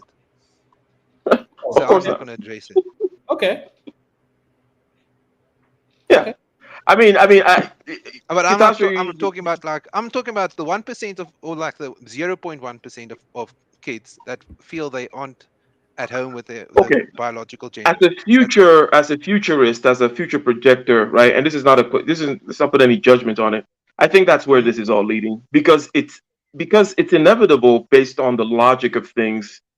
And it's not a judgment thing, right? It's not like I'm not saying I don't want to judge. I'm just saying that I'm actually just looking at things clearly, that based on the things that you're saying and maybe the facts and the logic that follow it and the desires of the people, and in our postmodern times, the next step is that's the next step of like, hey, why can't this happen? And some weird adults are going to want to take advantage of that, right? And that'll be interesting to see. That would be interesting to see, but that's like an issue for hopefully 20 years from now. We can start talking about that. Hopefully 5,000 years from now. No, I'm okay. What are we talking about? Open your eyes, Caesar. It's 20 years, bro. I don't know what's wrong with this society, bro. Like, I'm talking about like after we can get the transition thing sorted out, then we can start talking about whatever you want to talk about. You know what? Maybe I have to vote Republican because this is crazy, bro. Aren't you already voting Republican? But I don't even know what you're talking about. I'm saying like, if it's a medical issue, that's all. I think I'm voting red. Fuck it, I'm voting red. Go for it. Why do I care? America can burn. I'm voting red, man. Okay. I always you Americans come save us poor African nations. Come show us the way of democracy and free market society. Yeah, this is where this is going. I mean, fair. Yeah. Come show us the good way of guns. Come show us how to polish our guns. What's the rifle song? This rifle. This is my rifle. This is my gun. Yeah, that song. Oh no. As I brought in Foucault into the argument. I was talking about postmodernism and whatnot. So philosophically, this is something that I've explored. Generally speaking, I explore everything. There's no place my mind hasn't gone and will not go unemotionally. Yeah, you right? can think about it. This is YouTube. But just stop there. Yeah, I get it. I don't want to discuss it. I'm get it. Talking about like medical issues, and you guys are making it something weird. I was look, dude. Don't start slipping back. Don't start slipping away and say users are weird. This is a direct implication of your line of thinking. It's a direct implication of your line of thinking, dude. It's not an implication. Kid Astro, you need to know where you're going. We want to see where this takes us. You don't just start going. I'm saying a hormone blocker, which is delaying the issue till they're an adult and can make a decision. Yeah, so I think my opinion on this has changed. I think that there's a group of people that want kids to be able to give consent. What consent? I don't know. I don't even know. I don't think kids are. So I don't think kids can make decisions. That's my preface. Like that video of watching the kid choose 2 Oreos over $10,000 is funny, but that just shows how kids reason. And I actually That's remember just a meme. That's one meme. That's one meme among 1,000. No, among it's just that kids can't reason very well. So I think that look, when you turn, how do you know kids can't? Okay, how were you as a kid? How was I? I knew I had some flaws in my thinking when I was a kid. I remember some stuff. Like I remember doing some. How about how many kids? Okay, yeah. Like I can almost say like freaking 99% of kids can't reason that way. Can't reason very well. You didn't. But like my point is like with a hormone blocker, that's the most. Well, I don't know. Maybe if you think like if a person feels suicidal in one gender, and you think that's a worthy risk to take to not to discuss this in a what do you call it, in society, then that's fine. I don't. What do I care? It's American politics. No, because isn't the executive part of your brain? Isn't that the last part that gets developed? And doesn't that get developed in your 20s? Well, maybe I'm just weird. No. I mean, I'm just saying, doesn't the executive part of your brain, doesn't it start developing in your 20s? Like I thought that's how it worked. I don't know if that's executive. What do you mean by executive? Let me time to Google some stuff. Executive brain. Give me a second. Like, let me put it this way: I wasn't impressed with kids when I was a kid. So, yeah. So, generally speaking, the philosophical underpinnings of that idea of consent, is I'm talking about like no. Okay. This has nothing to do with you. This has nothing to do with you. I'm just talking that generally speaking, there's certain types of things that people justify. And justification and rationalizations we know are just justifications and rationalizations, and then the whole idea of consent is problematic because there's a slippery slope. It does not hold on. It does not hold water philosophically, and it does not hold water philosophically. Is what I'm saying, right? To say, oh, this one you give consent, that one, that blah blah blah. But anyways, it's kind of similar. If I were to suddenly shift the conversation, either, because like, okay, let me put it this way: I wasn't very impressed with kids as a kid. But I wasn't very impressed with it as adult as a kid either. Like even when I was an adult, I was like thinking, when did they grow up? They never grew up. So that part where do you define it? Wait, so that part of your brain called the prefrontal cortex, that's the part that does planning, decision making. Yeah. It doesn't really. It's not done developing. They're saying until you're 25 years old, right? So that means at the age of 12 or 14, that part of your brain it's not even halfway done developing. So that's why for me, I think they should push it up at least 18, but really it doesn't stop developing to your 25. So if they want to exactly, that's the point. Plus, so as you know, Caesar being at freaking until 25 because they can't even. Yeah, but hold on a second. Don't get sucked into Caesar's little vortex. Point is, Caesar, as a somewhat kind of maybe scientifically literate person, that these correlations that people draw between, hey, let me look at this physical thing over here and compare it to some other kind of behavioral blah blah blah is mainly bullshit. Okay, it's like in other words, the shall we say physical correlates of anything mental, neurological, and psychological, just bullshit. Oh, your brain has a full development because, dude, Caesar, as probably a precocious child that you were, being that you're intuitive, that you were already kind of smarter than most people who never got to they never got smart. Most people never grew up. Okay, they're 40 right now. They're gonna be 60. They're still gonna be dumb as fuck, right? Sure, but I wasn't near where I was until now. I mean, I got smarter with age. That's the thing. That is also true, but it just kind of shows that general argument of like that. Plus, it never ends. There's always you're gonna find some other physical correlate to point. Oh yeah, your left toe doesn't bend until you're 60, so therefore, it doesn't matter. I don't know if that's true. I don't know enough about brain science to be completely honest with you. Like, okay, kids can't make lifelong medical decisions, says Mrs. H. That are not health related. Like that's the argument that people make. It is health related because they feel suicidal. I think that's the basis. Or like it ruins their entire outlook in life. I think that's the thought. I mean, even suicide at that age, kids aren't even like. I was suicidal at 12. I remember. So I can't say. I remember once I wanted to kill myself because I broke my bed. Like I was suicidal. I was suicidal at 12, and I knew a kid that killed himself actually. So. I mean, that's fair, but it's like I remember I wanted to kill myself because I broke my bed. I thought my parents would be mad at me. Like it wasn't rational at all. Like, come on, guys. I know Yeah, but some like people are according rational to at that age, but a lot of people aren't. Like, let's not gender pretend like dysphoria 12-year-olds are rational. isn't like just like that. It's like a constant thing. It's not. It's not a momentary thing. It's like constant.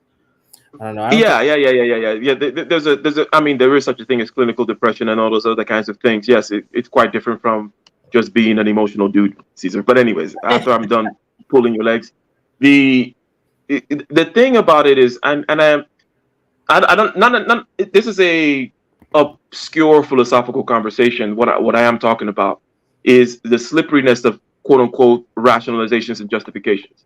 That people have certain practices or certain things that they have, and then they say, "Oh, it's because of X," but X can be easily eroded under scrutiny, right? That's the problem because you can listen to freaking one man went to Mo's channel, okay, and you see grown adults begin to act like children when when Tunija brought up the idea of why doesn't Africa build after all North Korea builds. The moment they heard North Korea, they lost their mind for the next hour.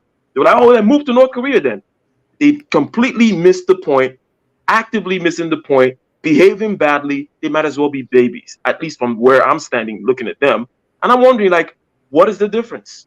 Okay. Now, this is not about, oh, therefore you should do X. I'm saying that the way people tend to justify things with these things like, oh, yeah, consent, or oh, yeah, the brain develops of this, all those things can be eroded. And let me shift the conversation before we go super weird, but it's still good to stay on the same point about rights, for example, right? It says, oh, here are rights. But the thing about rights is that they're slippery because they're basically emotions, right? It says, hey, what is the most base emotion? You don't want to die, right? Okay, cool. So you don't want to die. I don't want to die. You don't want to. Okay, cool. You don't want to be in jail. You don't want to get trapped by me or me exercise power. So we're not going to say, okay, good, that we have these rights to, because we imagine a state of nature, right? A state of nature where it's war of all against all. This is Hobbes, right? Hobbes stuff, and he's saying, hey, we're going to be killing each other, but what we don't want, we don't want that. We want to establish a society. So we're going to say these things are called rights, and it's the right to life and to liberty. But here's the problem. Anybody can add in any other desire in there and start expanding and slipping this thing away, as they have done. How about my right to this? How about my right to free medical care? How about my right to blah, blah, blah, blah, blah? So the rights doctrine, too, is just another one of my examples of how people have these justifications. They think rights are these things that are kind of like rational and written in stone somewhere. Like, no, they can be easily slipped away. Peace.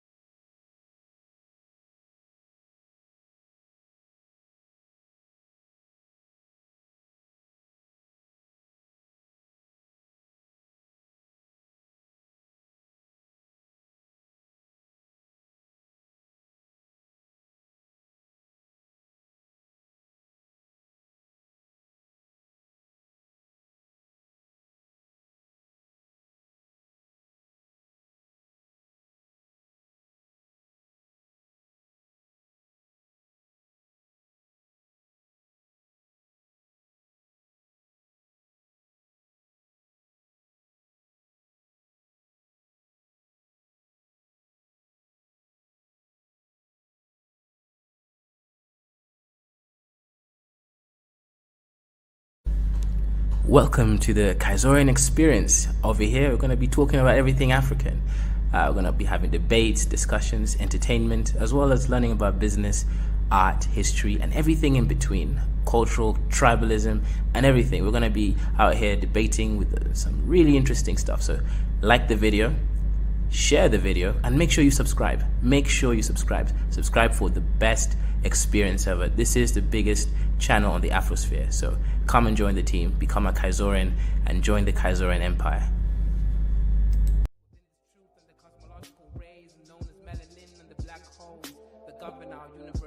Universally exist within myself, within this premise, and I exist within this bluebird in the sky.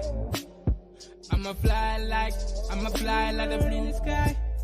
I'ma fly like bird in the sky. I'ma fly like bluebird in the sky. I'ma fly like bluebird in the sky. I'ma fly like bluebird in the sky. I'ma throw my bluebird in the sky. I'ma soar like bluebird in the sky. I'ma soar like bluebird in the sky. I'ma fly like bluebird in the sky. I'ma fight like bluebird in the sky. I'ma eat like bluebird in the sky. I'ma be like bluebird in the sky. I'ma be bluebird in the sky. I'ma be free, bluebird in the sky. I'ma be free like bluebird in the sky. I'ma be like bluebird in the sky. Back again like the second coming. Strumming my vocal cords like the hummingbird in the sky. Y'all can't deny this. Real rap lyrics, it's like I ain't got no rhyming through the sky limit. What is skin tone, shade of color, but a parallel form of frequency like a ringtone on your phone. Melanin expression, tied up in the universe, feeling like God's